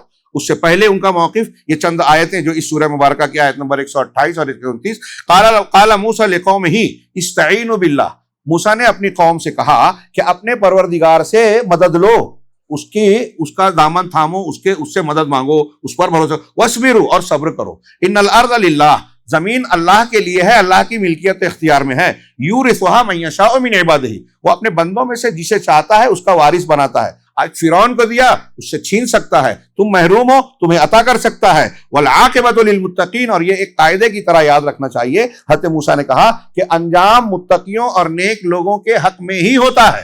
متقی آزمائے ضرور جاتے ہیں، پریشانی کا شکار ہوتے ہیں، لیکن اگر آپ تقوی پر ہیں، میں ایک بات کہوں گا کہ کوئی بھی جھگڑا ہو، کوئی بھی مسئلہ ہو، کسی بھی میدان میں، آپ اس قرآن کی اس بات کو یاد رکھیے کہ ہم اگر تقوی پر رہیں گے، ہم کوئی غلط کام نہیں کریں گے، شریعت کی مخالف چیز کا ارتکاب نہیں کریں گے، تو اللہ کی مدد بالآخر ہمیں ضرور ملے گی. آج ہم رسوا ہو رہے ہیں. ابھی ہم نے یوسف علیہ السلام کا قصہ سنا، الزام لگا کے جیل میں ڈالے گئے، کتنے سالوں تک رہے. کئی سال بعد سچائی لوگوں کے سامنے آئی، بادشاہ کے سامنے ان عورتوں نے خود اعتراف کیا کہ یوسف علیہ السلام بے قصور ہیں، لیکن صبر کرنے کے لیے مدت چاہیے. ہم جلد بازی کرتے ہیں، اللہ سے شکوہ شکایت کرنے لگتے ہیں، ارے ایسا ہو رہا ہے، ارے ویسا ہو رہا ہے، اللہ کی مدد نہیں آ رہی ہے. لیکن اللہ کہہ رہا ہے کہ متقیوں کا، اگر آپ تقوی پر ہیں تو کبھی آپ رسوا نہیں ہوں گے. ہاں سختیاں آ سکتی ہیں، آزمائشیں آ سکتی ہیں. قالو، تو جب حضرت موسیٰ نے ان کو یہ تلقین کی کہ فرعون تم پر ظلم کر رہا ہے، زیادتیاں کر رہا ہے، تو ٹھیک ہے تم اللہ سے مدد کرو، مانگو، صبر کرو. ہم پر آج ظلم ہو رہا ہے، اللہ سے مدد مانگیے، صبر کیجئے، اور یہ یقین رکھیے کہ اللہ تبارک و تعالیٰ متقیوں کا ساتھ دے گا اور وارث بناتا ہے جس کو چاہتا ہے. چنانچہ انہوں نے کہا، جواب کیا دیا بنی اسرائیل نے؟ قالوا اوذینا من قبل ان تأتینا ومن بعد ما جئتنا. انہوں نے کہا ارے موسیٰ، تمہارے آنے سے پہلے بھی ہم تکلیف میں تھے، ستائے جا رہے تھے، اور تمہارے آنے کے بعد بھی ہمارے اوپر مصیبتیں ہی مصیبتیں ہیں. عسا، تو قالا، حضرت موسیٰ نے ان کو سمجھانے کی کوشش کی، عسا ربکم ان یہلک عدوکم ویستخلفکم فی الارض، ہو سکتا قریب ہے کہ تمہارا پروردگار تمہارے دشمن کو ہلاک کر دے اور تم کو زمین میں خلافت، حکومت عطا کر دے. اللہ تعالیٰ ایسا کر سکتا ہے. فینظر کیف تعملون، اور پھر دیکھے کہ تم کیسا عمل کرتے ہو. ہاں غور کیجئے. اور جیسا یہ موسیٰ علیہ السلام نے کہا، بعد میں ویسا ہوا بھی کہ فرعون اور آل فرعون نے اپنے محلوں کو، باغوں کو چھوڑ کر ان کا تعاقب کیا، اور سارے کے سارے تباہ ہو گئے، برباد ہو گئے. اور فرعون کا مصر جو تھا سجا سجایا، محلوں پر مشتمل، باغات پر مشتمل، وہ سب کے سب خالی ہو گیا اور بنی اسرائیل کے حصے میں آ گیا. پھر بنی اسرائیل کو وہاں سے آگے جانا پڑا. اس کے بعد ایک اور بھی, اب یہاں سے جب نکل رہے ہیں, یہاں سے جب نکل رہے ہیں تو کیا ہوا؟ وَاتَّخَذَ قَوْمُ مُوسَىٰ مِن بَعْدِهِ, جو ابھی آپ نے پڑھا کہ ان کے درمیان تردد, اسلام لانے کے بعد, نبی کے ساتھ ہونے کے بعد بار بار شرک کر رہے ہیں, منحرف ہو رہے ہیں, شکوہ شکایت کر رہے ہیں, نبی پر اعتراض کر رہے ہیں, اللہ تبارک و تعالیٰ کی بات کو مان نہیں رہے ہیں. تو اس کی ایک مثال اس آیت میں بھی ہے کہ وَاتَّخَذَ قَوْمُ مُوسَىٰ مِن بَعْدِهِ مِنْ حُلِيِّهِمْ عِجْلًا جَسَدًا لَهُ خَوَارٌ, کہ موسیٰ کے پیچھے, موسیٰ کے بعد یعنی موسیٰ کے پیچھے موسیٰ علیہ السلام طور پر چلے گئے, اور یہاں پیچھے کیا کیا انہوں نے کہ ایک اپنے زیورات سے سونے چاندی وغیرہ کو گلا کر اس کا ایک بچڑا بنا لیا, بچڑے کا بت بنا لیا, اور اس کو معبود بنا لیا. اللہ تبارک و تعالیٰ نے ان کی اس میں حدیث میں ہی, قرآن کی آیت میں ہی ہے کہ جب ہوا چلتی تھی تو کچھ بچڑا اس طرح سے سامری نے بنایا تھا کہ اس کے منہ میں جب ہوا جاتی تو ایک جیسے بیل ڈکارتا ہے ویسی آواز نکلتی تھی, تو لوگ اس سے متاثر ہوئے, اس کی پوجا کرنے لگے. موسیٰ علیہ السلام کے پیچھے انہوں نے یہ کیا, معبود بنا لیا, ایک بت بنا لیا اور اس کی پوجا پاٹ کرنے لگے. بیل کو پوجنے لگے. ہمارے یہاں گائے پوجی جاتی ہے, اسی لیے اس نے کہا کہ وہ مصری تھے, یہ مصرا ہے, ان کا کچھ نہ کچھ تعلق ہے, جوڑتے ہیں کچھ اہل علم. تو انہوں نے بیل کو پوجا, یہ گائے کو پوجتے ہیں. ابھی پہلے وہ ماں تھی, ابھی اس کا بھی قانون بنایا, کئی ریاستوں میں نافذ ہے کہ اس کی نسل کے جانور کو, یعنی بیل کو بھی نہیں ذبح کر سکتے. بہرحال تو انہوں نے ایک ایسا دھڑا بنا لیا, جسم بنا لیا بیل کا, جس میں خار, جس کی آواز نکلتی, ڈکارنے کی آواز ہوتی. اللہ نے جواب میں کہا ان کا رد کرتے ہوئے, الم یروا انہ لا یکلمہم ولا یہدیہم سبیلا اتخذوہ وکانوا ظالمین, کیا وہ دیکھتے نہیں کہ وہ ہوا چلنے پہ آواز آتی ہے لیکن وہ ان سے بات نہیں کر سکتا, ان کی بات کا جواب نہیں دے سکتا, اور نہ کوئی رہنمائی کر سکتا ہے. تو کیا اتنا کافی ہے یہ آواز نکل جانا؟ اس طرح کی کردہ بازیاں. ایسے ہمارے ہاں کتنے لوگ جادی ٹونے کے ذریعے سے الٹی سیدھی سچی جھوٹی کرامتوں کا اظہار کر کے, دجالیت کا اظہار کر کے عوام کو ہمارے یہاں بھی دھوکے میں ڈالتے ہیں. اور بہت سارے لوگ ایسی شوبدہ بازیوں کا شکار ہو کے کسی کو پیر بابا بنا کے اپنے ایمان کو تباہ کرتے ہیں. اس قسم کی چیزیں. اب سوچئے کہ جب دجال آئے گا تو وہ تو مار کے پھر زندہ کرے گا, اس کے ساتھ کیا کچھ ایسی چیزیں ہوگی جو خرق عادت بظاہر نظر آئے گی. تو وہاں کتنے لوگ جو ہے دھوکہ کھائیں گے, یقیناً اسی لیے اس کو دجال کہا گیا. تو ایسے دجالین, یہ ہمیں قرآن و حدیث کی روشنی میں سیکھنا چاہیے کہ اگر کوئی چمتکار بظاہر دکھا رہا ہے, کوئی خرق عادت چیز بظاہر دکھا رہا ہے, تو فوراً آنکھ بند کر کے اس کے تقوی کو, اس کی امامت کو قبول نہیں کرنا چاہیے. کیوں؟ اس لیے کہ شیاطین کی مدد سے بعض اہل باطل, شیاطین کے چیلے, گمراہ کرنے والے مشرک اور کافر لوگ بھی کچھ چمتکار دکھا سکتے ہیں. کبھی دھوکہ ہو سکتا ہے, کبھی شیاطین کی مدد سے ایسے واقعات ہو سکتے ہیں. لوگوں نے کہا اس طرح کے واقعات کے ہوئے کہ ایک آدمی نے کہا مر جانے کے بعد, پیر صاحب کو کہا, مرید نے کہا کہ دیکھو کوئی غسل نہیں دینا. مجھے پیر صاحب نے کہا تھا کہ میں جب مر جاؤں تو کوئی میری لاش کو غسل نہیں دینا, میں خود آ کے اپنی لاش کو غسل دوں گا. پھر دیکھا کہ کچھ ہی دیر میں گھوڑے پر سوار وہی پیر صاحب آ رہے ہیں, اور پیر صاحب کی شکل میں جو پڑے ہوئے ہیں ان کو غسل دیا, پھر کچھ دور جا کے واپس ہوتے غائب ہو گئے. علامہ ابن تیمیہ, عبد الرحمن ابن جوزی رحمہم اللہ اور ایسے سلف کے علماء نے اس قسم کے کئی واقعات, یہ جو میں واقعہ کی ذکر کر رہا ہوں علامہ ابن تیمیہ نے نقل کیا اور کہا کہ عقیدہ بگاڑنے کے لیے شیطان یہ حرکتیں کرتا ہے. ایک آدمی مر گیا, کچھ دنوں کے بعد ایک دوسرے آدمی کے جسم میں شیطان آتا ہے اور اس مرے ہوئے آدمی کی آواز میں بات کرتا ہے اور لوگوں سے کہتا ہے میں اس کی روح ہوں. لوگ مانتے نہیں ہیں تو اس کی آواز میں بات کرتا ہے, اس کی زندگی کے کچھ واقعات بتاتا ہے, دیکھو فلاں دن فلاں واقعہ ہوا تھا نا. لوگ کہتے ہیں ہاں بالکل صحیح کہہ رہا ہے, میں جب زندہ تھا تو میں یہ کھانا پسند کرتا تھا, ہاں بالکل صحیح کہہ رہا ہے, میری بیوی یہ تھی اور اس کا ایسا معاملہ ہوا, بالکل صحیح کہہ رہا ہے. لوگ ایمان لے آتے ہیں. آج ایسے بہت سارے پھونک جھاڑ کرنے والے اور کاہنوں کی اس طرح دکانیں چل رہی ہیں, شیاطین کی یہ مدد ہوتی ہے. علامہ ابن تیمیہ نے اس کی توجیہ کرتے ہوئے بتایا کہ ہر انسان, مسلم شریف کی حدیث میں ہے کہ ہر انسان کے ساتھ ایک شیطان ہوتا ہے, ایک فرشتہ ہوتا ہے اور ایک شیطان قرین اس کا ہم نشین ہوتا ہے. یہ شیطان اسے بہکاتا رہتا ہے. تو چنانچہ جب شیطان اس کو بہکاتا رہتا ہے تو اس کے ساتھ ساتھ لگا رہتا ہے, اس کی آواز کو پہچانتا ہے, اس کی زندگی کے واقعات کو جانتا ہے, اس کی زندگی میں جو نشیب و فراز اور معاملات ہوئے ہیں اس سے واقف ہوتا ہے. اب ہوتا یہ ہے کہ وہ آدمی مر گیا, یہ شیطان زندہ ہے. جو جن شیطان جن ہے اصل میں برا جن، یہ شیطان زندہ ہے، یہ آدمی مر گیا. اب یہ لوگوں کے عقیدے کو بگاڑنے کے لیے کسی کے جسم میں جاتا ہے اور اس کی آواز میں جو مر چکا ہے بات کرتا ہے، اس کے متعلق کچھ ایسے واقعات بتاتا ہے جس کی وجہ سے لوگ اس پر بھروسہ کر لیتے ہیں. اور پھر اس بنیاد پر جب لوگ بھروسہ کر لیتے ہیں تو ان کے عقیدے کو بگاڑتا ہے. میں اس کی روح ہوں، جبکہ روحیں واپس نہیں آتی. یہ بدعقیدگی ہندوؤں میں اور دوسرے مذاہب کے لوگوں میں پائی جاتی ہے. روحیں بھٹکتی ہیں اور ایسا ہوتا ہے اور ویسا ہوتا ہے. ہمارے یہاں بھی کچھ لوگوں نے کہا کہ 15 شعبان کو جو ہے مرے ہوئے لوگ آتے ہیں، ان کی روحوں کی عید ہوتی ہے. اسلامی تعلیمات قرآن و حدیث کے بیانات کے بالکل خلاف بات ہے. یہ روحیں علیین میں ہوتی ہیں، سجین میں ہوتی ہیں. شہداء کی روحیں جو شہید ہوتے ہیں اللہ کے پاس جنت میں ہوتی ہیں. انبیاء کی روحیں اللہ کے پاس اعلیٰ مقامات میں ہیں. یہ قرآن و حدیث سے ثابت ہے. کوئی روح واپس آ ہی نہیں سکتی، بلکہ روحیں کہیں گی. احد کے شہداء، شہید جو ہونے والے احد کے تھے، ان کے بارے میں اللہ کے رسول کی حدیث ہے کہ اللہ تعالیٰ نے ان سے بار بار پوچھا کچھ اور چاہیے، تو ان کا جو ہم نے چاہا تھا اس سے زیادہ پایا. کہا کچھ اور چاہیے تو مانگو. تو بالآخر وہ کہیں کہ اللہ تعالیٰ جب تو پوچھ ہی رہا ہے تو ہمیں پھر سے دنیا میں بھیج دے، ہم پھر سے تیرے راستے میں اپنی جان کی بازی لگائیں گے، شہید ہوں گے اور یہ اعلیٰ مقام پائیں گے. تو اللہ تعالیٰ ان سے کہے گا کہ نہیں، یہ میرے پاس معاملہ طے ہو چکا ہے کہ جو دنیا سے آ گیا وہ واپس نہیں جا سکتا. تو جن سے اللہ پوچھے گا کہ کیا چاہیے بولو، ان کو واپس نہیں بھیجے گا. تو کون سی روح بھٹکے گی پھر جو اللہ کے اختیارات کے باہر ہو سکتی ہے؟ سوچئے. یہ میں نے دلیل دی. بہرحال یہ آیت پھر اس کے بعد 8 نمبر بنی اسرائیل کا جو تردد تھا حق اور باطل کے موقف میں، وہ ایک جگہ ٹکے ہوئے نہیں تھے. توحید اور اسلام بھی قبول کیا اور گاہے بگاہے شرکیات میں بھی پڑتے رہے، جیسے بچڑے کی پوجا کر ڈالی. اور پھر حضرت موسیٰ کے ساتھ سفر پہ جب سمندر پار لگ گئے تو دریا کے پار ہوئے، تو ان کا جو تردد تھا وہ عقیدے میں، دل میں ان کے عقیدے کی کمزوری تھی اور ثابت قدمی نہیں تھی. آج ہمارے ہاں جو نوجوان کچھ لوگ لانچ ہوتے ہیں، نئے نئے مبلغ پیدا ہوتے ہیں، حدیثوں کا انکار کیا، صحابہ کرام کو برا بھلا کیا، پھر علماء کو چیلنج کرتے ہیں. کوئی عالم مجھ سے آ کے بات کر لے، یہ متاثر ہو جاتا ہے.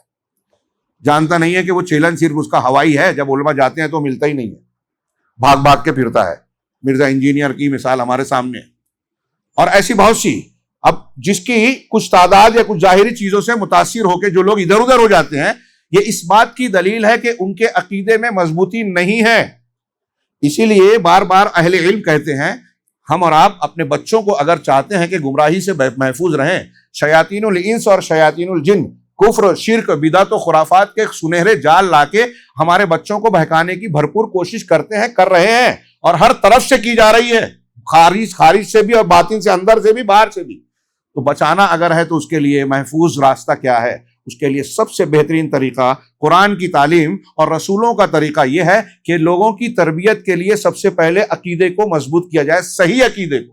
لیکن جب ہم صحیح عقیدہ خود ہی نہیں سیکھتے، اس کی اہمیت کو سمجھتے نہیں، تو بچوں کو، عورتوں کو، گھر والوں کو کیا بتائیں گے؟ تو بنی اسرائیل کے تردد، یہ جو موقف میں حق اور باطل کے بیچ میں کبھی ادھر کبھی ادھر چلے جاتے تھے، اس کی وجہ بتا رہے ہیں کیا تھی؟ دلوں میں عقیدے کا کمزور ہونا اور ثابت قدم نہ رہنا. دلیل دے رہے ہیں قرآن میں اللہ رب العالمین نے، یعنی ان کا جو متردد ہونا ہے اس کا ذکر، اس کی ایک آیت کا ذکر کیا. ابھی ایک پڑھا کہ بچڑے کو معبود بنایا. ایک دوسری آیت ہے وَجَاوَزْنَا بِبَنِي إِسْرَائِيلَ الْبَحْرَ، اور ہم نے بنی اسرائیل کو سمندر کے پار اتار دیا، راستہ بنایا، نکل گئے اور اس طرف اتر گئے. ہاں فَأَتَوْا عَلَىٰ قَوْمٍ يَعْكُفُونَ عَلَىٰ أَصْنَامٍ لَهُمْ، تو وہ ایک ایسی قوم کے پاس سے گزرے، وہاں پہنچے جو اپنے بتوں کے پاس جو ہے ٹھہرتے بیٹھتے تھے، اعتکاف کرتے تھے، مجاوری اختیار کرتے تھے. یعنی بتوں کے پاس ٹھہر کے ان سے سکون حاصل کرنا یا مانگنا وغیرہ، جو بھی ان بتوں سے گویا تبرک حاصل کر رہے ہیں. تو قالوا یا موسیٰ، جب انہوں نے دیکھا بنی اسرائیل کے لوگوں نے کہ یہ بت پرست ہیں اور اپنے بتوں کے پاس بیٹھے ہوئے ہیں، یہاں ان سے تبرک لے رہے ہیں، تو انہوں نے موسیٰ علیہ السلام سے کہا یا موسیٰ اجعل لنا الہا کما لہم آلہہ، کہ اے موسیٰ ہمارے لیے بھی ایسا ایک معبود بنا دے جیسے ان کے معبود ہیں. دیکھ رہے ہیں، ایک اہم بات اس میں یہ ہے کہ وہ اس گمراہی کے باوجود مطالبہ کس سے کر رہے ہیں؟ نبی سے کر رہے ہیں. مطلب کم سے کم اتنا شعور تو تھا انہیں کہ دین جو بتائے گا نبی بتائے گا، یہ وہ نہیں بتائے گا. ہمارے ہاں اس کے دین کو مان لیتے ہیں لوگ، تو نبی سے مانگ رہے ہیں کہ معبود بنا دے، اور مطالبہ کیسا کر رہے ہیں؟ اس سے یہ بھی پتہ چلتا ہے کہ ان کی نیت خراب نہیں تھی. اگر ان کی نیت سازش کی ہوتی، مکر اور منصوبہ بندی کی ہوتی کہ موسیٰ کے دین کی مخالفت کرنا ہے، تو حضرت موسیٰ ہی سے مطالبہ نہیں کرتے. حضرت موسیٰ علیہ السلام سے مطالبہ کرنا یہ ان کی سادگی تھی، جہالت کے ساتھ، جہالت تھی لیکن سازش نہیں تھی، یہ معلوم پڑتا ہے۔ ہاں غور کیجئے نقطے کو کہ وہ خود نیت اچھی رکھتے تھے، تبھی تو موسیٰ علیہ السلام سے کہہ رہے ہیں۔ اس کا یہ بھی مطلب سمجھانا چاہتا ہوں کہ ہر کام جو اچھی نیت سے کیا جائے وہ صحیح نہیں ہو جاتا۔ ہمارے یہاں بہت سے لوگ بدعت کرتے ہیں تو کہتے ہیں میری نیت تو یہ ہے نا، ارے 15 شعبان کی رات جاگتے ہیں تو نماز ہی تو پڑھتے ہیں نا۔ تو آپ کی نیت کا صحیح ہونا آپ کے عمل کے صحیح ہونے پر دلیل نہیں بنتا۔ آپ کی نیت کے ساتھ آپ کا عمل سنت کے مطابق صحیح ہونا چاہیے۔ اگر نیت صحیح ہے اور عمل سنت کے خلاف ہے تب بھی عمل قبول نہیں ہوگا۔ اس کی بہت سی دلیلیں ہیں۔ تو قوم موسیٰ نے موسیٰ سے کہا ہمارے لیے معبود بنا دو، قالا جیسے ان کے معبود ہیں۔ تو حضرت موسیٰ کا جواب تھا قالا انکم قوم تجہلون، یقیناً تم لوگ تو ایسے لوگ ہو جو جاہل ہیں، جہالت رکھنے والے ہو۔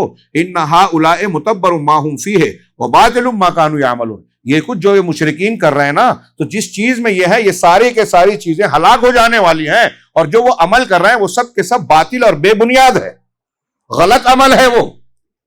صاف صاف موقف پیش کیا حضرت موسیٰ علیہ السلام نے۔ نہیں ان کا برا نہ لگے ایسا مت بولو، یہ نہیں کہا، کلیئر بولا۔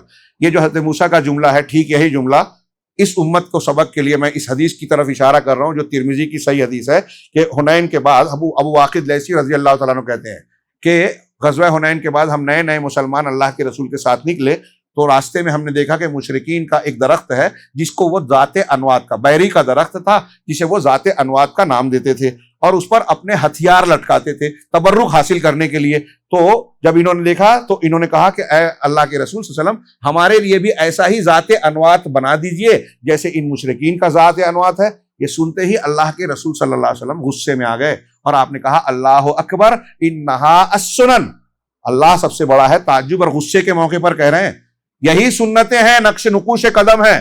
قلتم والذی نفسی بیدی کما قالت بنو اسرائیل لموسیٰ، تم نے اللہ کی قسم اس ذات کی قسم جس کے ہاتھ میں میری جان ہے، تم نے وہی بات کہی ہے جو بنی اسرائیل نے موسیٰ علیہ السلام سے کہی تھی کہ ہمارے لیے اے موسیٰ معبود بنا دیجئے جیسے ان مشرکین کے معبود ہیں۔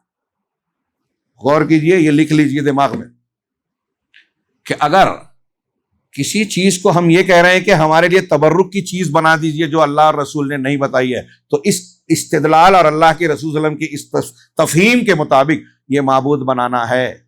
اب ہمارے یہاں کتنے مزارات ہیں، مشاہد ہیں، کوئی نالین شریفین کو، کوئی کسی درخت کو، کوئی کسی تصویر کو متبرک مان رہا ہے کہ اس سے برکت لیں گے، یہ فوٹو برکت دے گا۔ ہاں کتنے بال ہیں جن کو منہ مبارک بنا لیا گیا، کتنے نقوش ہیں، کتنے مقامات ہیں۔ کیا ان چیزوں کو اللہ اور اس کے رسول نے مقدس بنایا ہے؟ ہمارے یہاں کتنے شہر ہیں جن کو شریف بولتے ہیں، اجمیر شریف، کلیر شریف، فلاں شریف، کیا اللہ اور رسول نے اسے شریف بنایا ہے؟ ایک مسلمان مکہ کو مکہ شریف کہتا ہے، مدینہ کو کہتا ہے مدینہ شریف۔ ہاں کیوں؟ اس لیے کہ ان کی شرافت اور عظمت اللہ سے ثابت ہے۔ اور یہ قاعدہ، یہ عقیدہ ہمیشہ یاد رکھیے، میں ہمیشہ کہتا ہوں حضرت عمر کا یہ قول اصول کے طور پر عقیدے سے میں بھٹکنے سے بچنے کے لیے استعمال کیجئے، سامنے رکھیے۔ حجر اسود کو بوسہ دے رہے ہیں اور کیا کہہ رہے ہیں؟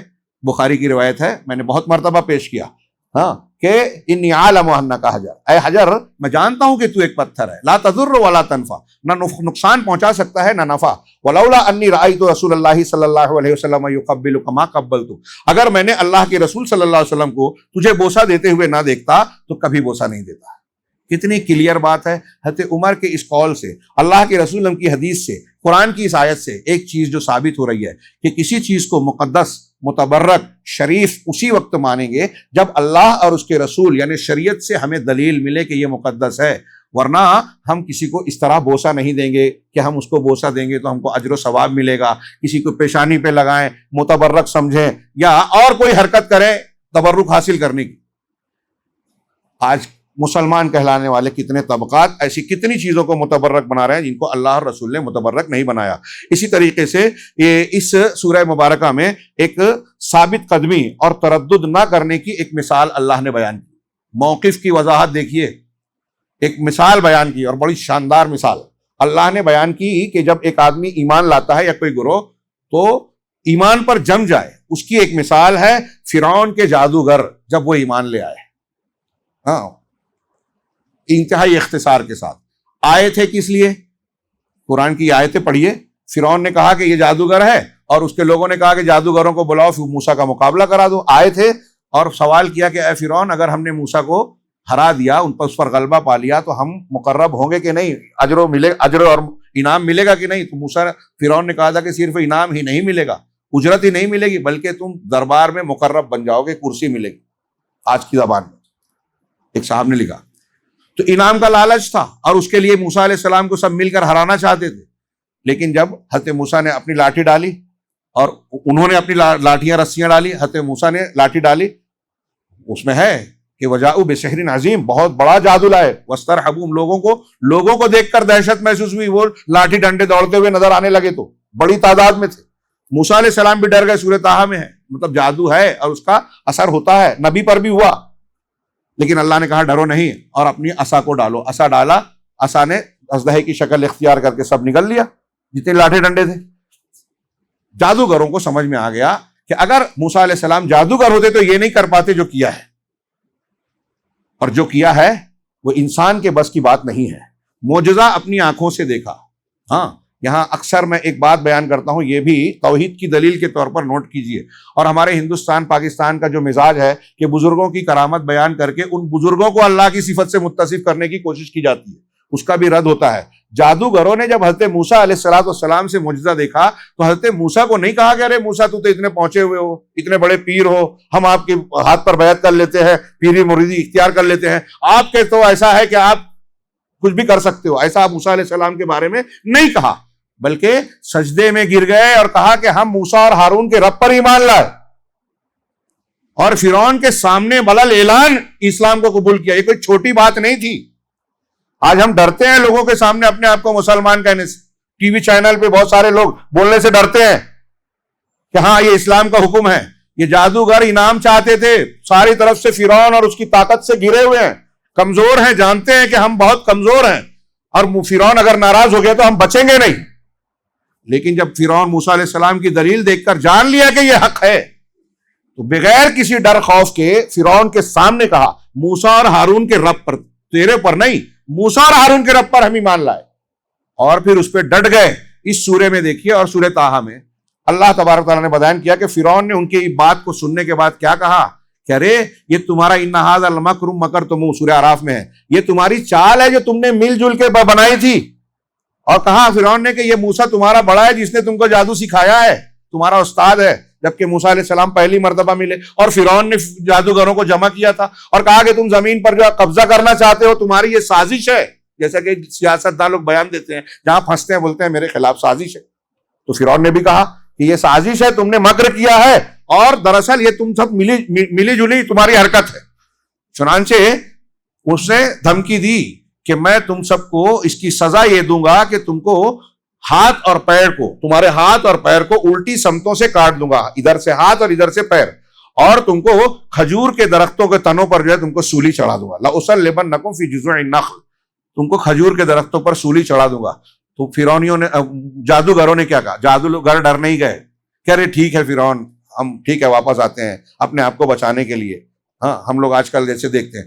تھوڑی دیر میں غور کیجئے اس واقعے پر, اس عبرت اور سبق پر.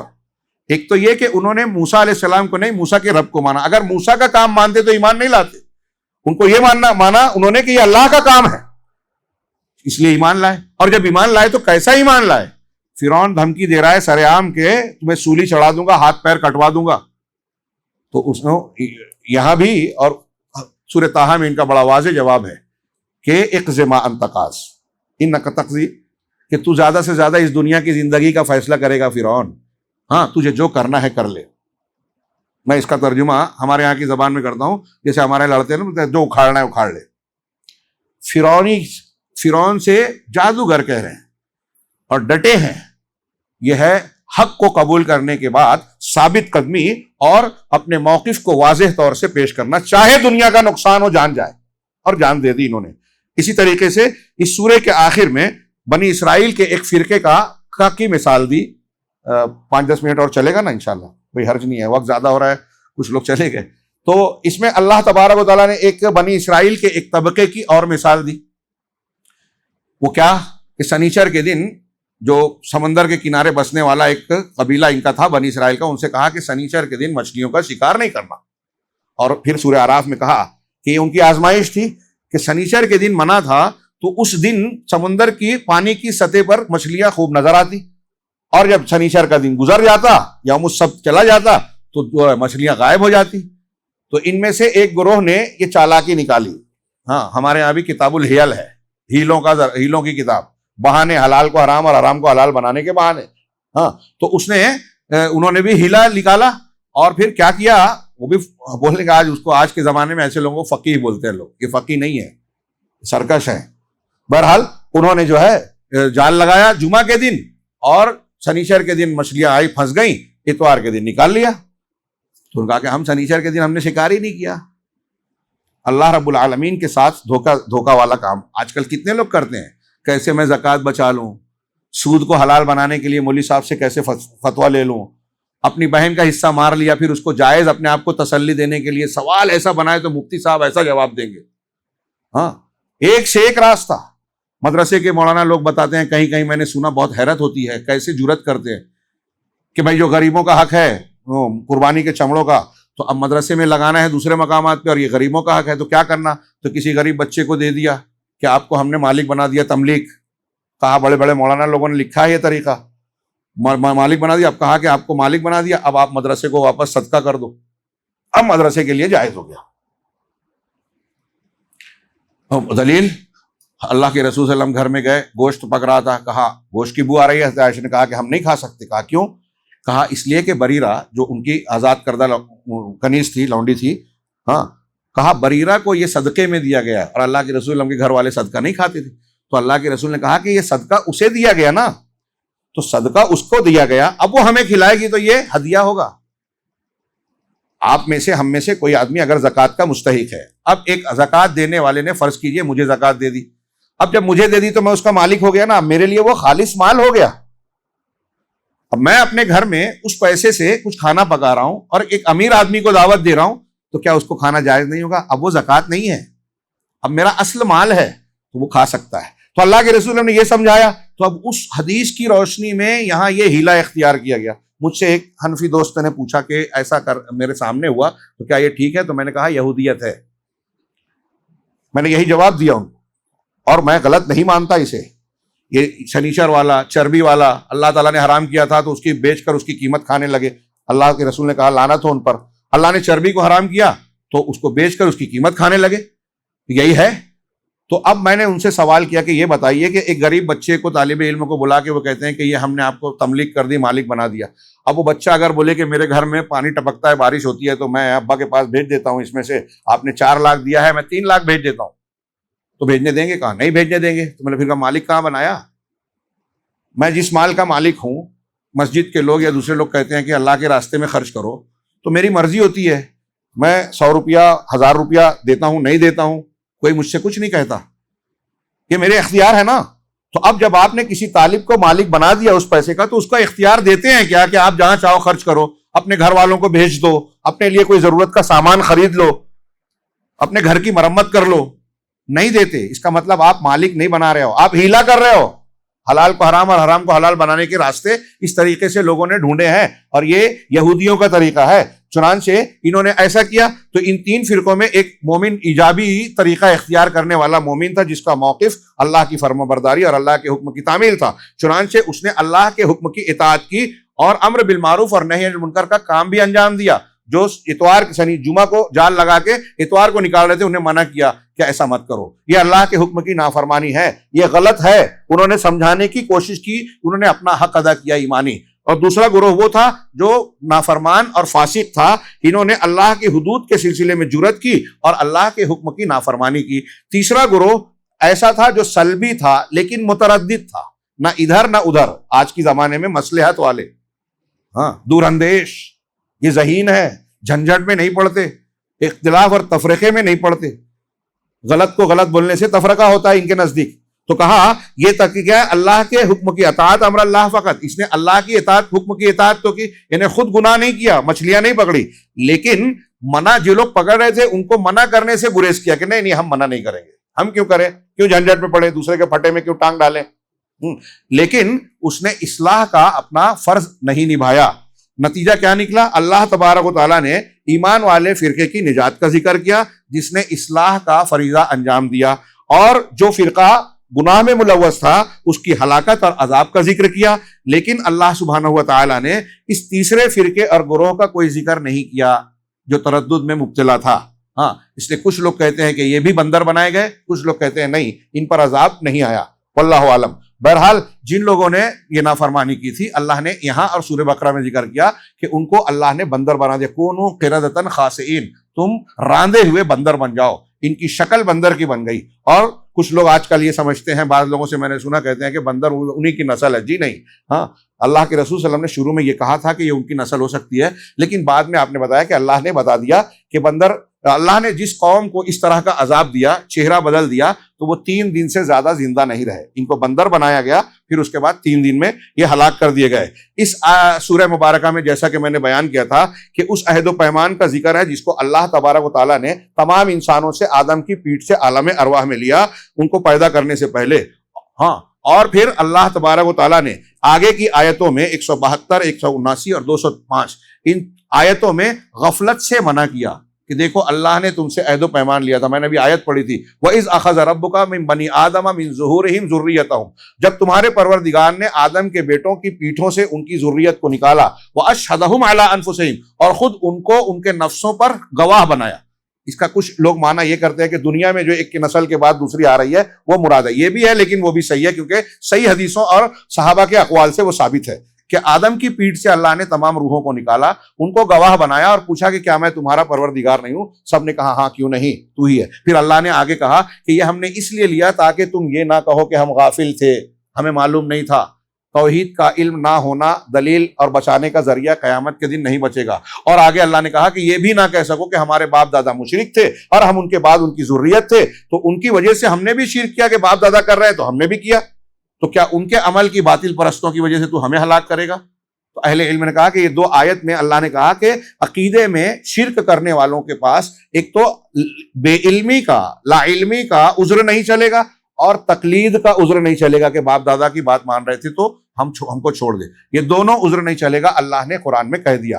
اور پھر کہا کہ غافل نہ ہو، تو آگے کئی آیتوں میں سورہ اعراف میں غفلت کا ذکر کیا کہ تم غافلین میں سے نہ ہو جاؤ۔ یہاں ایک نقطہ یہ بھی ذکر کروں کہ کچھ لوگ یہ اعتراض کرتے ہیں کہ اللہ تعالیٰ یہ کہہ رہا ہے کہ آدم کی پیٹھ سے نکالا، عہد و پیمان لیا۔ آج کل تو ہمیں اس بات کا یہ بات یاد ہی نہیں ہے، یہ یاد ہی نہیں ہے کہ آدم علیہ السلام کے ہاں ہم سے عہد و پیمان لیا گیا تھا عالم ارواح میں۔ تو اس کے جواب میں علماء نے الگ الگ جوابات دیے ہیں۔ بڑا پیارا جواب یہ ہے کہ بھائی ہم میں سے یہاں جتنے بیٹھے ہیں، جو نہیں بیٹھے ہیں وہ بھی سب جانتے ہیں، مانتے ہیں کہ ہم ماں کے پیٹ میں تھے کہ نہیں تھے؟ ماں کے پیٹ میں تھے۔ یاد ہے کہ ماں کے پیٹ میں ہمارے ساتھ کیا ہوا تھا؟ کوئی دن پیٹ میں درد ہو گیا تھا، کوئی دن چھینک وغیرہ آ گئی تھی، ہاتھ پیر میں درد ہو گیا تھا، ایسا کچھ یاد ہے؟ لیکن ماں کے پیٹ میں تھے بھی، یہ بات پکی ہے کیونکہ یہ پروسیجر ہے۔ اچھا، یہ تو پکی ہے لیکن یاد نہیں ہے، تو کیا ہم اس کا انکار کرتے ہیں یاد نہ ہونے پہ؟ ایک دوم یہ کہ پیدا ہونے کے بعد ہم خود اچھی طرح نہیں جانتے کہ ہماری ماں اور باپ کون ہے، لیکن دلائل، قرائن، گواہیاں اور بہت ساری چیزیں بتاتی ہیں کہ تمہاری ماں یہ ہے، تمہارے ابا یہ ہیں، تو ہم اسے مانتے کہ نہیں مانتے؟ ایسے ہی جب ہم کو آدم کی پیٹھ سے نکال کر عہد و پیمان لیا گیا، تو اب اللہ کا کلام بتا رہا ہے، اللہ کے پیغمبر اور رسول بتا رہے ہیں، انبیاء بتا رہے ہیں، سچی گواہیاں سامنے ہیں، تو ہمیں مان لینا چاہیے، ایک بات۔ دوسرا یہ کہ اگر یہ ویسے ہی یاد رہتا ہے جیسے ہم کو روزانہ کے واقعات یاد رہتے ہیں، اگر یہ چیز ایسے ہی یاد رہتی تو دنیا میں ہمارا امتحان کیسے ہوتا؟ اب آدم علیہ السلام کے پیٹھ سے نکل کر جو ہم نے عہد و پیمان لیا ہے، تو اس میں جو ہے اس کا اثر کیا ہے، فائدہ کیا ہے؟ اس کا فائدہ یہ ہے کہ ہر بچہ جب پیدا ہوتا ہے، اہم باتیں، لمبی چوڑی بات کو بہت شارٹ میں بیان کر رہا ہوں، جب بچہ پیدا ہوتا ہے تو فطرت پر پیدا ہوتا ہے، توحید پر۔ کل مولود یولد علی الفطرہ، ہر بچہ فطرت پر پیدا ہوتا ہے۔ فطرت کیا ہے؟ توحید ہے، اسلام ہے۔ اس کے ماں باپ فابواہ یہودانہ اور ینصرانہ اور یمجسہ، اس کے ماں باپ اسے یہودی، نصرانی اور مجوسی بناتے ہیں۔ ماں باپ اپنا عقیدہ بچے کو سکھاتے ہیں، وہ عقیدہ لے کر وہ پیدا نہیں ہوا تھا، پیدا جو ہوا تھا اسلام والا عقیدہ، توحید والا عقیدہ لے کر. علامہ ابن تیمیہ نے اس کو بھی کئی وجوہ سے بیان کیا کہ دنیا کا کوئی کتنا بڑا بھی انکار کرنے والا انسان ہو، کافر مشرک ہو، اس کے دل میں توحید ہے، اس لیے کہ اللہ نے توحید کی فطرت پر پیدا کیا. اور یہی وجہ ہے کہ جب آپ توحید کی دلیل اچھے انداز میں دنیا کے کسی بھی انسان کو کے سامنے پیش کریں، وہ رد نہیں کر سکتا. نہیں مانے، توفیق نہ ہو، یہ الگ بات ہے، لیکن اس کا دل و دماغ اسے قبول کرتا ہے، قبول کرے گا. تو توحید کا اثر آدم علیہ السلام کے عہد و پیمان سے ہے. پھر اس کے بعد جو 3 آیتوں کا تذکرہ ہے، وَإِذْ أَخَذَ رَبُّكَ مِن بَنِي آدَمَ، اس کے آخر میں بھی ہے کہ تم غافلین میں سے نہ ہو جاؤ. اور ایک آیت ہے اولئک کا کیا ہے، وَلَقَدْ زَرَعْنَا لِجَهَنَّمَ كَثِيرًا مِنَ الْجِنِّ وَالْإِنسِ، ہم نے جہنم کے لیے بہت سارے جنوں اور انسانوں کو پیدا کیا. یہ کون سے انسان اور جن ہیں؟ لَهُمْ قُلُوبٌ لَا يَفْقَهُونَ بِهَا، ان کے دل تو ہے لیکن اس سے سوجھ بوجھ سمجھتے نہیں ہیں. وَلَهُمْ أَعْيُنٌ لَا يُبْصِرُونَ بِهَا، آنکھیں ہیں لیکن آنکھوں سے دیکھتے نہیں. اور ان کے وَلَهُمْ آذَانٌ لَا يَسْمَعُونَ بِهَا، ان کے کان تو ہیں لیکن کان سے سنتے نہیں. یعنی حق کے قبول کرنے کے سلسلے میں آنکھ، کان، دل و دماغ کی صلاحیت کا استعمال نہیں کرتے. اللہ نے آگے کہا اولئک کالانعام، یہ جانوروں کی طرح ہے. بل ہم اضل، بلکہ ان سے بھی زیادہ گمراہ، ان سے بھی زیادہ گئے گزرے ہیں. آخری آیت میں کہا کہ یہی لوگ اولئک هم الغافلون، یہ لوگ غافلین ہیں، غفلت میں ہیں، اس لیے اپنی عقل کا استعمال کر کے توحید کو نہیں مان رہے ہیں، جانوروں سے بھی گئے گزرے. یہ ایک. پھر اس کے بعد وَاذْكُرْ رَبَّكَ فِي نَفْسِكَ تَضَرُّعًا وَخُفْيًا، اپنے پروردگار کا اپنے دل میں عاجزی، گریہ زاری اور خفیہ طور سے ذکر کرو. وَدُونَ الْجَهْرِ مِنَ الْقَوْلِ، اور قول میں کھلے طور سے جو کرتے ہیں اس سے ہٹ کر بھی. بِالْغُدُوِّ وَالْآصَالِ، صبح اور شام. وَلَا تَكُن مِنَ الْغَافِلِينَ، اور غافلین میں سے نہ ہو جاؤ. یعنی غفلت سے بچنے کے لیے بار بار حکم دیا. سورت کے آخر میں اس کے کچھ جو ہے فوائد کو ذکر کریں. اللہ تبارک و تعالیٰ نے یہاں انہوں نے جو بات کہی، میں اپنے الفاظ میں کہوں، انہوں نے کہا کہ اللہ تعالیٰ نے قرآن مجید میں دیگر انبیاء کے مقابلے میں اور دیگر قوموں کے مقابلے میں سب سے زیادہ حضرت موسیٰ علیہ السلام اور ان کی قوم کا، بنی اسرائیل کا ذکر کیا. کیا وجہ ہے؟ بار بار آپ دیکھیں کہ سب سے زیادہ تفصیل سے، سب سے زیادہ وضاحت سے حضرت موسیٰ علیہ السلام کا قصہ ہے. حضرت موسیٰ کا فرعون کے ساتھ، حضرت موسیٰ علیہ السلام کا اپنی قوم کے ساتھ طور پہ جانا، پھر جو ہے یہ بنی اسرائیل کا واقعہ جو ابھی اہل سنیچر والوں کے ساتھ، اور مختلف موقعوں پر جادوگروں کے ساتھ آپ کا واقعہ اور دوسرے واقعات. کیوں بار بار اتنا تفصیل سے بیان کیا گیا؟ تو اس کی وجہ یہاں جو بتائی گئی ہے کہ چونکہ بنی اسرائیل کے مختلف طبقات تھے اور ایک لمبا پیریڈ تھا، لمبا موقع تھا، اس میں مختلف حالات پیش آئے، قوموں کے اور الگ الگ علاقوں کے لوگ جو ہے الگ الگ واقعات سے دوچار ہوئے. اس لیے ہمارے لیے الگ الگ پہلوؤں سے اس میں نصیحت کے، عبرت کے اسباق موجود ہیں، اس لیے اسے زیادہ تفصیل سے بیان کیا گیا. الگ الگ شکلیں سامنے آ جاتی ہیں، زندگی کے مختلف موڑ آ جاتے ہیں. ایک تو یہ بیان کیا. علامہ ابن تیمیہ اور دوسرے علماء نے لکھا جو یہاں نہیں ہے، وہ یہ بیان کیا کہ آپ پوری تاریخ میں دیکھیں کہ کفر اور شرک میں سب سے زیادہ نمایاں اور طاقتور کردار نبھانے والا کافر جو گزرا ہے وہ فرعون تھا. اور اس کے مقابلے میں وہ فرعون تھا جس نے اپنے آپ کو رب اعلیٰ کہا، اور اللہ تبارک و تعالیٰ نے اس کے مقابلے میں حضرت موسیٰ کو بنایا جو کلیم اللہ بنے. تو حق و باطل کے مارکے میں، جو اس کا مرکزی عنوان ہے، حق و باطل کے مارکے میں یہ پوری انسانی تاریخ میں سب سے نمایاں اور سرکش آدمی تھا. نبی کریم صلی اللہ علیہ وسلم کو بیان کیا جا رہا ہے آپ سے پہلے، اور پوری انسانیت میں اس کا مقابلہ کرنے والے اللہ کے رسول پیغمبر کلیم اللہ تھے، جو تیسرے نمبر پر انبیاء میں سب سے اونچا درجہ رکھتے ہیں. اللہ کے رسول صلی اللہ علیہ وسلم حضرت ابراہیم کے بعد حضرت موسیٰ کا درجہ ہے. تو اس اعتبار سے بھی یہ اس لائق ہے کہ لوگوں کے لیے نصیحت کے طور پر پیش کیا جائے ان واقعات کو، اور عاشورہ کے دن کو اسی واقعے کو، اس انجام کو، فرعون کے انجام کو تازہ کرنے کے لیے بتایا جاتا ہے کہ دنیا میں جو فرعون ہے، کسی کو حکومت طاقت مل جاتی ہے، کمزوروں کو دباتے ہیں، عبادت گاہوں کو توڑتے ہیں، اور لوگوں کے ساتھ ظلم و ستم کرتے ہیں، ٹیکس لگاتے ہیں اور اپنی عیاشیاں کرتے ہیں، اور اپنے آپ کو سمجھتے ہیں کہ ہم ناقابل تسخیر ہیں. وہ سبق لے میں کہ یہ فرعون جو گزرا ہے ان سے زیادہ، کہیں زیادہ طاقتور تھا، ان سے زیادہ اسباب تھے. دور کے اعتبار سے، ٹیکنالوجی کے اعتبار سے فرق ہے، لیکن یہ زیادہ طاقتور تھا. تو ایسے کئی اسباب لوگوں نے بیان کیے جس کی وجہ سے اللہ تبارک و تعالیٰ نے موسیٰ علیہ السلام اور ان کی قوم اور ان کے مخاطب کا واقعہ قرآن میں سب سے زیادہ ذکر کیا ہے. اسی طریقے سے کسی مسلمان کے لیے منکر کو دیکھنے کے بعد اس پر چپ رہنا جو ہے درست اور جائز نہیں ہے۔ اگر آپ کو طاقت ہے کہ آپ سمجھا سکتے ہیں، بدل سکتے ہیں، تو برائی کو دیکھ کر روکنا چاہیے، خاص طور سے ان لوگوں پر جو آپ کے ماتحت ہیں۔ آپ گھر میں بڑے ہیں، آپ کے بچے، آپ کی بیوی اگر غلط کر رہے ہیں تو اسے ٹوکنا، روکنا، اس کی اصلاح کرنا فرض ہے، لازم ہے، ورنہ آپ جواب دے ہوں گے۔ یہ اپنے آپ کے ذمہ داری کو نبھانے اور اللہ کے جناب میں عذر پیش کرنے کے لیے ضروری ہے۔ جب سنیچر والوں کے واقعے میں آپ دیکھیں گے کہ اللہ نے ذکر کیا وَإِذْ قَالَتْ أُمَّةٌ مِّنْهُمْ لِمَ تَعِظُونَ قَوْمًا اللَّهُ مُهْلِكُهُمْ، جو لوگ منع کر رہے تھے ان سے ایک قوم نے کہا، امت نے، اس کی ایک جماعت نے کہا کہ تم ایسے لوگوں کو کیوں سمجھا رہے ہو جن کو اللہ عذاب ہلاک کرنے والا ہے یا عذاب دینے والا ہے، اور مُعَذِّبَهُمْ عَذَابًا شَدِيدًا۔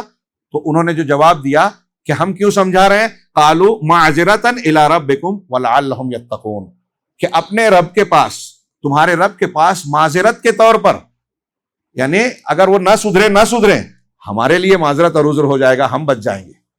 یعنی آپ اگر کسی کو گناہ کرتے ہوئے دیکھ رہے ہیں، روک رہے ہیں، وہ مانے نہ مانے دو نمبر کی بات، پہلے یہ کہ آپ اپنے آپ کو بچا رہے ہیں، تو پہلی بات معذرت، اور دوسرا وَلَعَلَّهُمْ يَتَّقُونَ، اور ہو سکتا ہے کہ وہ متقی بن جائے، سدھر جائے، یہ فائدہ بھی حاصل ہو سکتا ہے۔ تو دو میں سے ایک فائدہ تو ضرور ملنا ہے، ہاں، اور اگر نہیں کیا تو پکڑ میں آئیں گے۔ اسی طریقے سے نمبر 3 کے تحت انہوں نے کیا کہ جادوگر جو تھے انہوں نے اپنے احتیاط دور اندیشانہ اپنے موقف کے لیے، قطعی موقف کے لیے جو ہے احتیاط اور دور اندیشی کا کام لیتے ہوئے سجدہ کیا۔ جب جادوگروں نے ایمان لایا تو صرف زبانی بول سکتے تھے، لیکن ہم جو موقف ایمان والا اختیار کر رہے ہیں، موسیٰ اور ہارون کے رب پر ایمان لا رہے ہیں، یہ بتانے کے لیے انہوں نے اللہ کے لیے سجدہ بھی کیا، اپنے موقف کو بالکل کلیئر کیا۔ ہاں، اور سورہ مبارکہ انہوں نے ایک نقطہ بیان کیا کہ یہ سورہ اعراف کے آخر میں اللہ تبارک و تعالیٰ نے سجدے کو مشروع کیا، آیت سجدہ ہے۔ اس سورے کے اختتام پر سجدہ مشروع ہے، کیوں؟ تاکہ اس سجدے کو کرتے ہوئے ہم جادوگروں کے سجدے کو یاد کریں، جادوگروں کے سجدے کو یاد کریں، اور یہ دماغ میں بٹھائیں کہ ظلم اور جبروت کے ڈر کر ہم اللہ کی عبادت کو ترک نہیں کر سکتے۔ ہاں، اور ان کا، جادوگروں کا اللہ کے سامنے جھک جانا، ان کی عاجزی اور بندگی کو یاد کریں کہ جب سچائی مل گئی تو کس طرح سے بغیر کسی ڈر کے انہوں نے اللہ کے سامنے سجدہ دیا۔ ایسے ہی مسلمانوں کو چاہیے کہ اللہ کی عبادت کے سلسلے میں کوئی خوف نہ کھائیں۔ ہاں، چوتھی بات کہ جو شخص اللہ تبارک و تعالیٰ سے تضرع، عاجزی، گریہ زاری کے ساتھ اور چھپ کر دعا نہیں کرتا، عبادت اور دعا جو اللہ سے نہیں کرتا، اللہ سے نہیں مانگتا، اگر ہم روتے نہیں ہیں اللہ کے سامنے، اکیلے میں گڑ گڑائیے، روئیے، اگر ایسا نہیں کرتے جو کہ اس سورے میں کہا گیا ہے، تو وہ حد سے تجاوز کرنے والوں میں سے ہیں جن کو اللہ پسند نہیں کرتا۔ اس میں آیت کریمہ ہے ادعوا ربکم تضرعا وخفیہ انہ لا یحب المعتدین، آپ اللہ سے عاجزی، گریہ زاری کے ساتھ دعا کیجئے اور خفیہ طور پر۔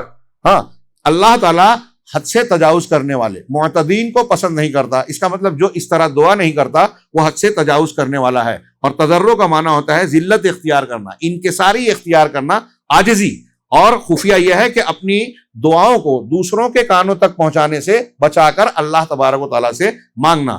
آخر میں ایک نقطہ بیان کیا کہ اللہ تبارک و تعالیٰ کا وَلَمَّا سَكَتَ عَن مُوسَى الْغَضَبُ، کہ جب موسیٰ سے جو ہے غصہ ٹھنڈا ہو گیا، سکتا، چپ ہونا، اور اس کے لیے عربی میں سکنا، ساکن ہو جانا، ٹھہر جانا، لیکن سکنا کی بجائے سکتا کہا۔ گویا غصہ ایک ایسی چیز ہے جو انسان پر، جس انسان پر غالب آتا ہے اس کو آرڈر دیتا ہے، ایسا کر، ایسا نہ کر، گویا اس کی طرف اشارہ ہے۔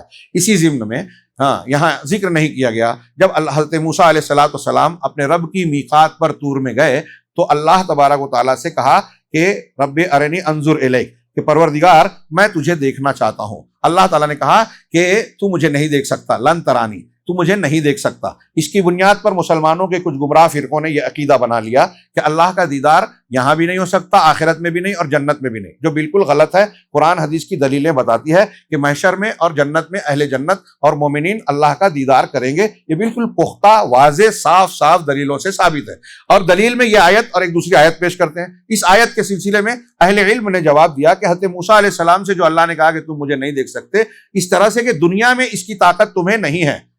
کیوں؟ اللہ تبارک و تعالیٰ نے آگے کہا وَلَٰكِنِ انظُرْ إِلَى الْجَبَلِ، پہاڑ کی طرف دیکھیے، فَإِنِ اسْتَقَرَّ مَكَانَهُ فَسَوْفَ تَرَانِي، اگر میرے جلوے سے پہاڑ اپنی جگہ ٹک گیا، ٹھہر گیا تو پھر تم مجھے دیکھ سکتے ہو. فلما تجلی للجبل، جب اللہ نے پہاڑی کے سامنے تجلی کی، یہ سورہ اعراف کی آیتیں پڑھ رہا ہوں. فلما تجلی للجبل جعلہ دکا، وہ اسے چور چور کر دیا، ریزہ ریزہ کر دیا. وخر موسیٰ صعقا، اور موسیٰ علیہ السلام بے ہوش ہو کر گر پڑے.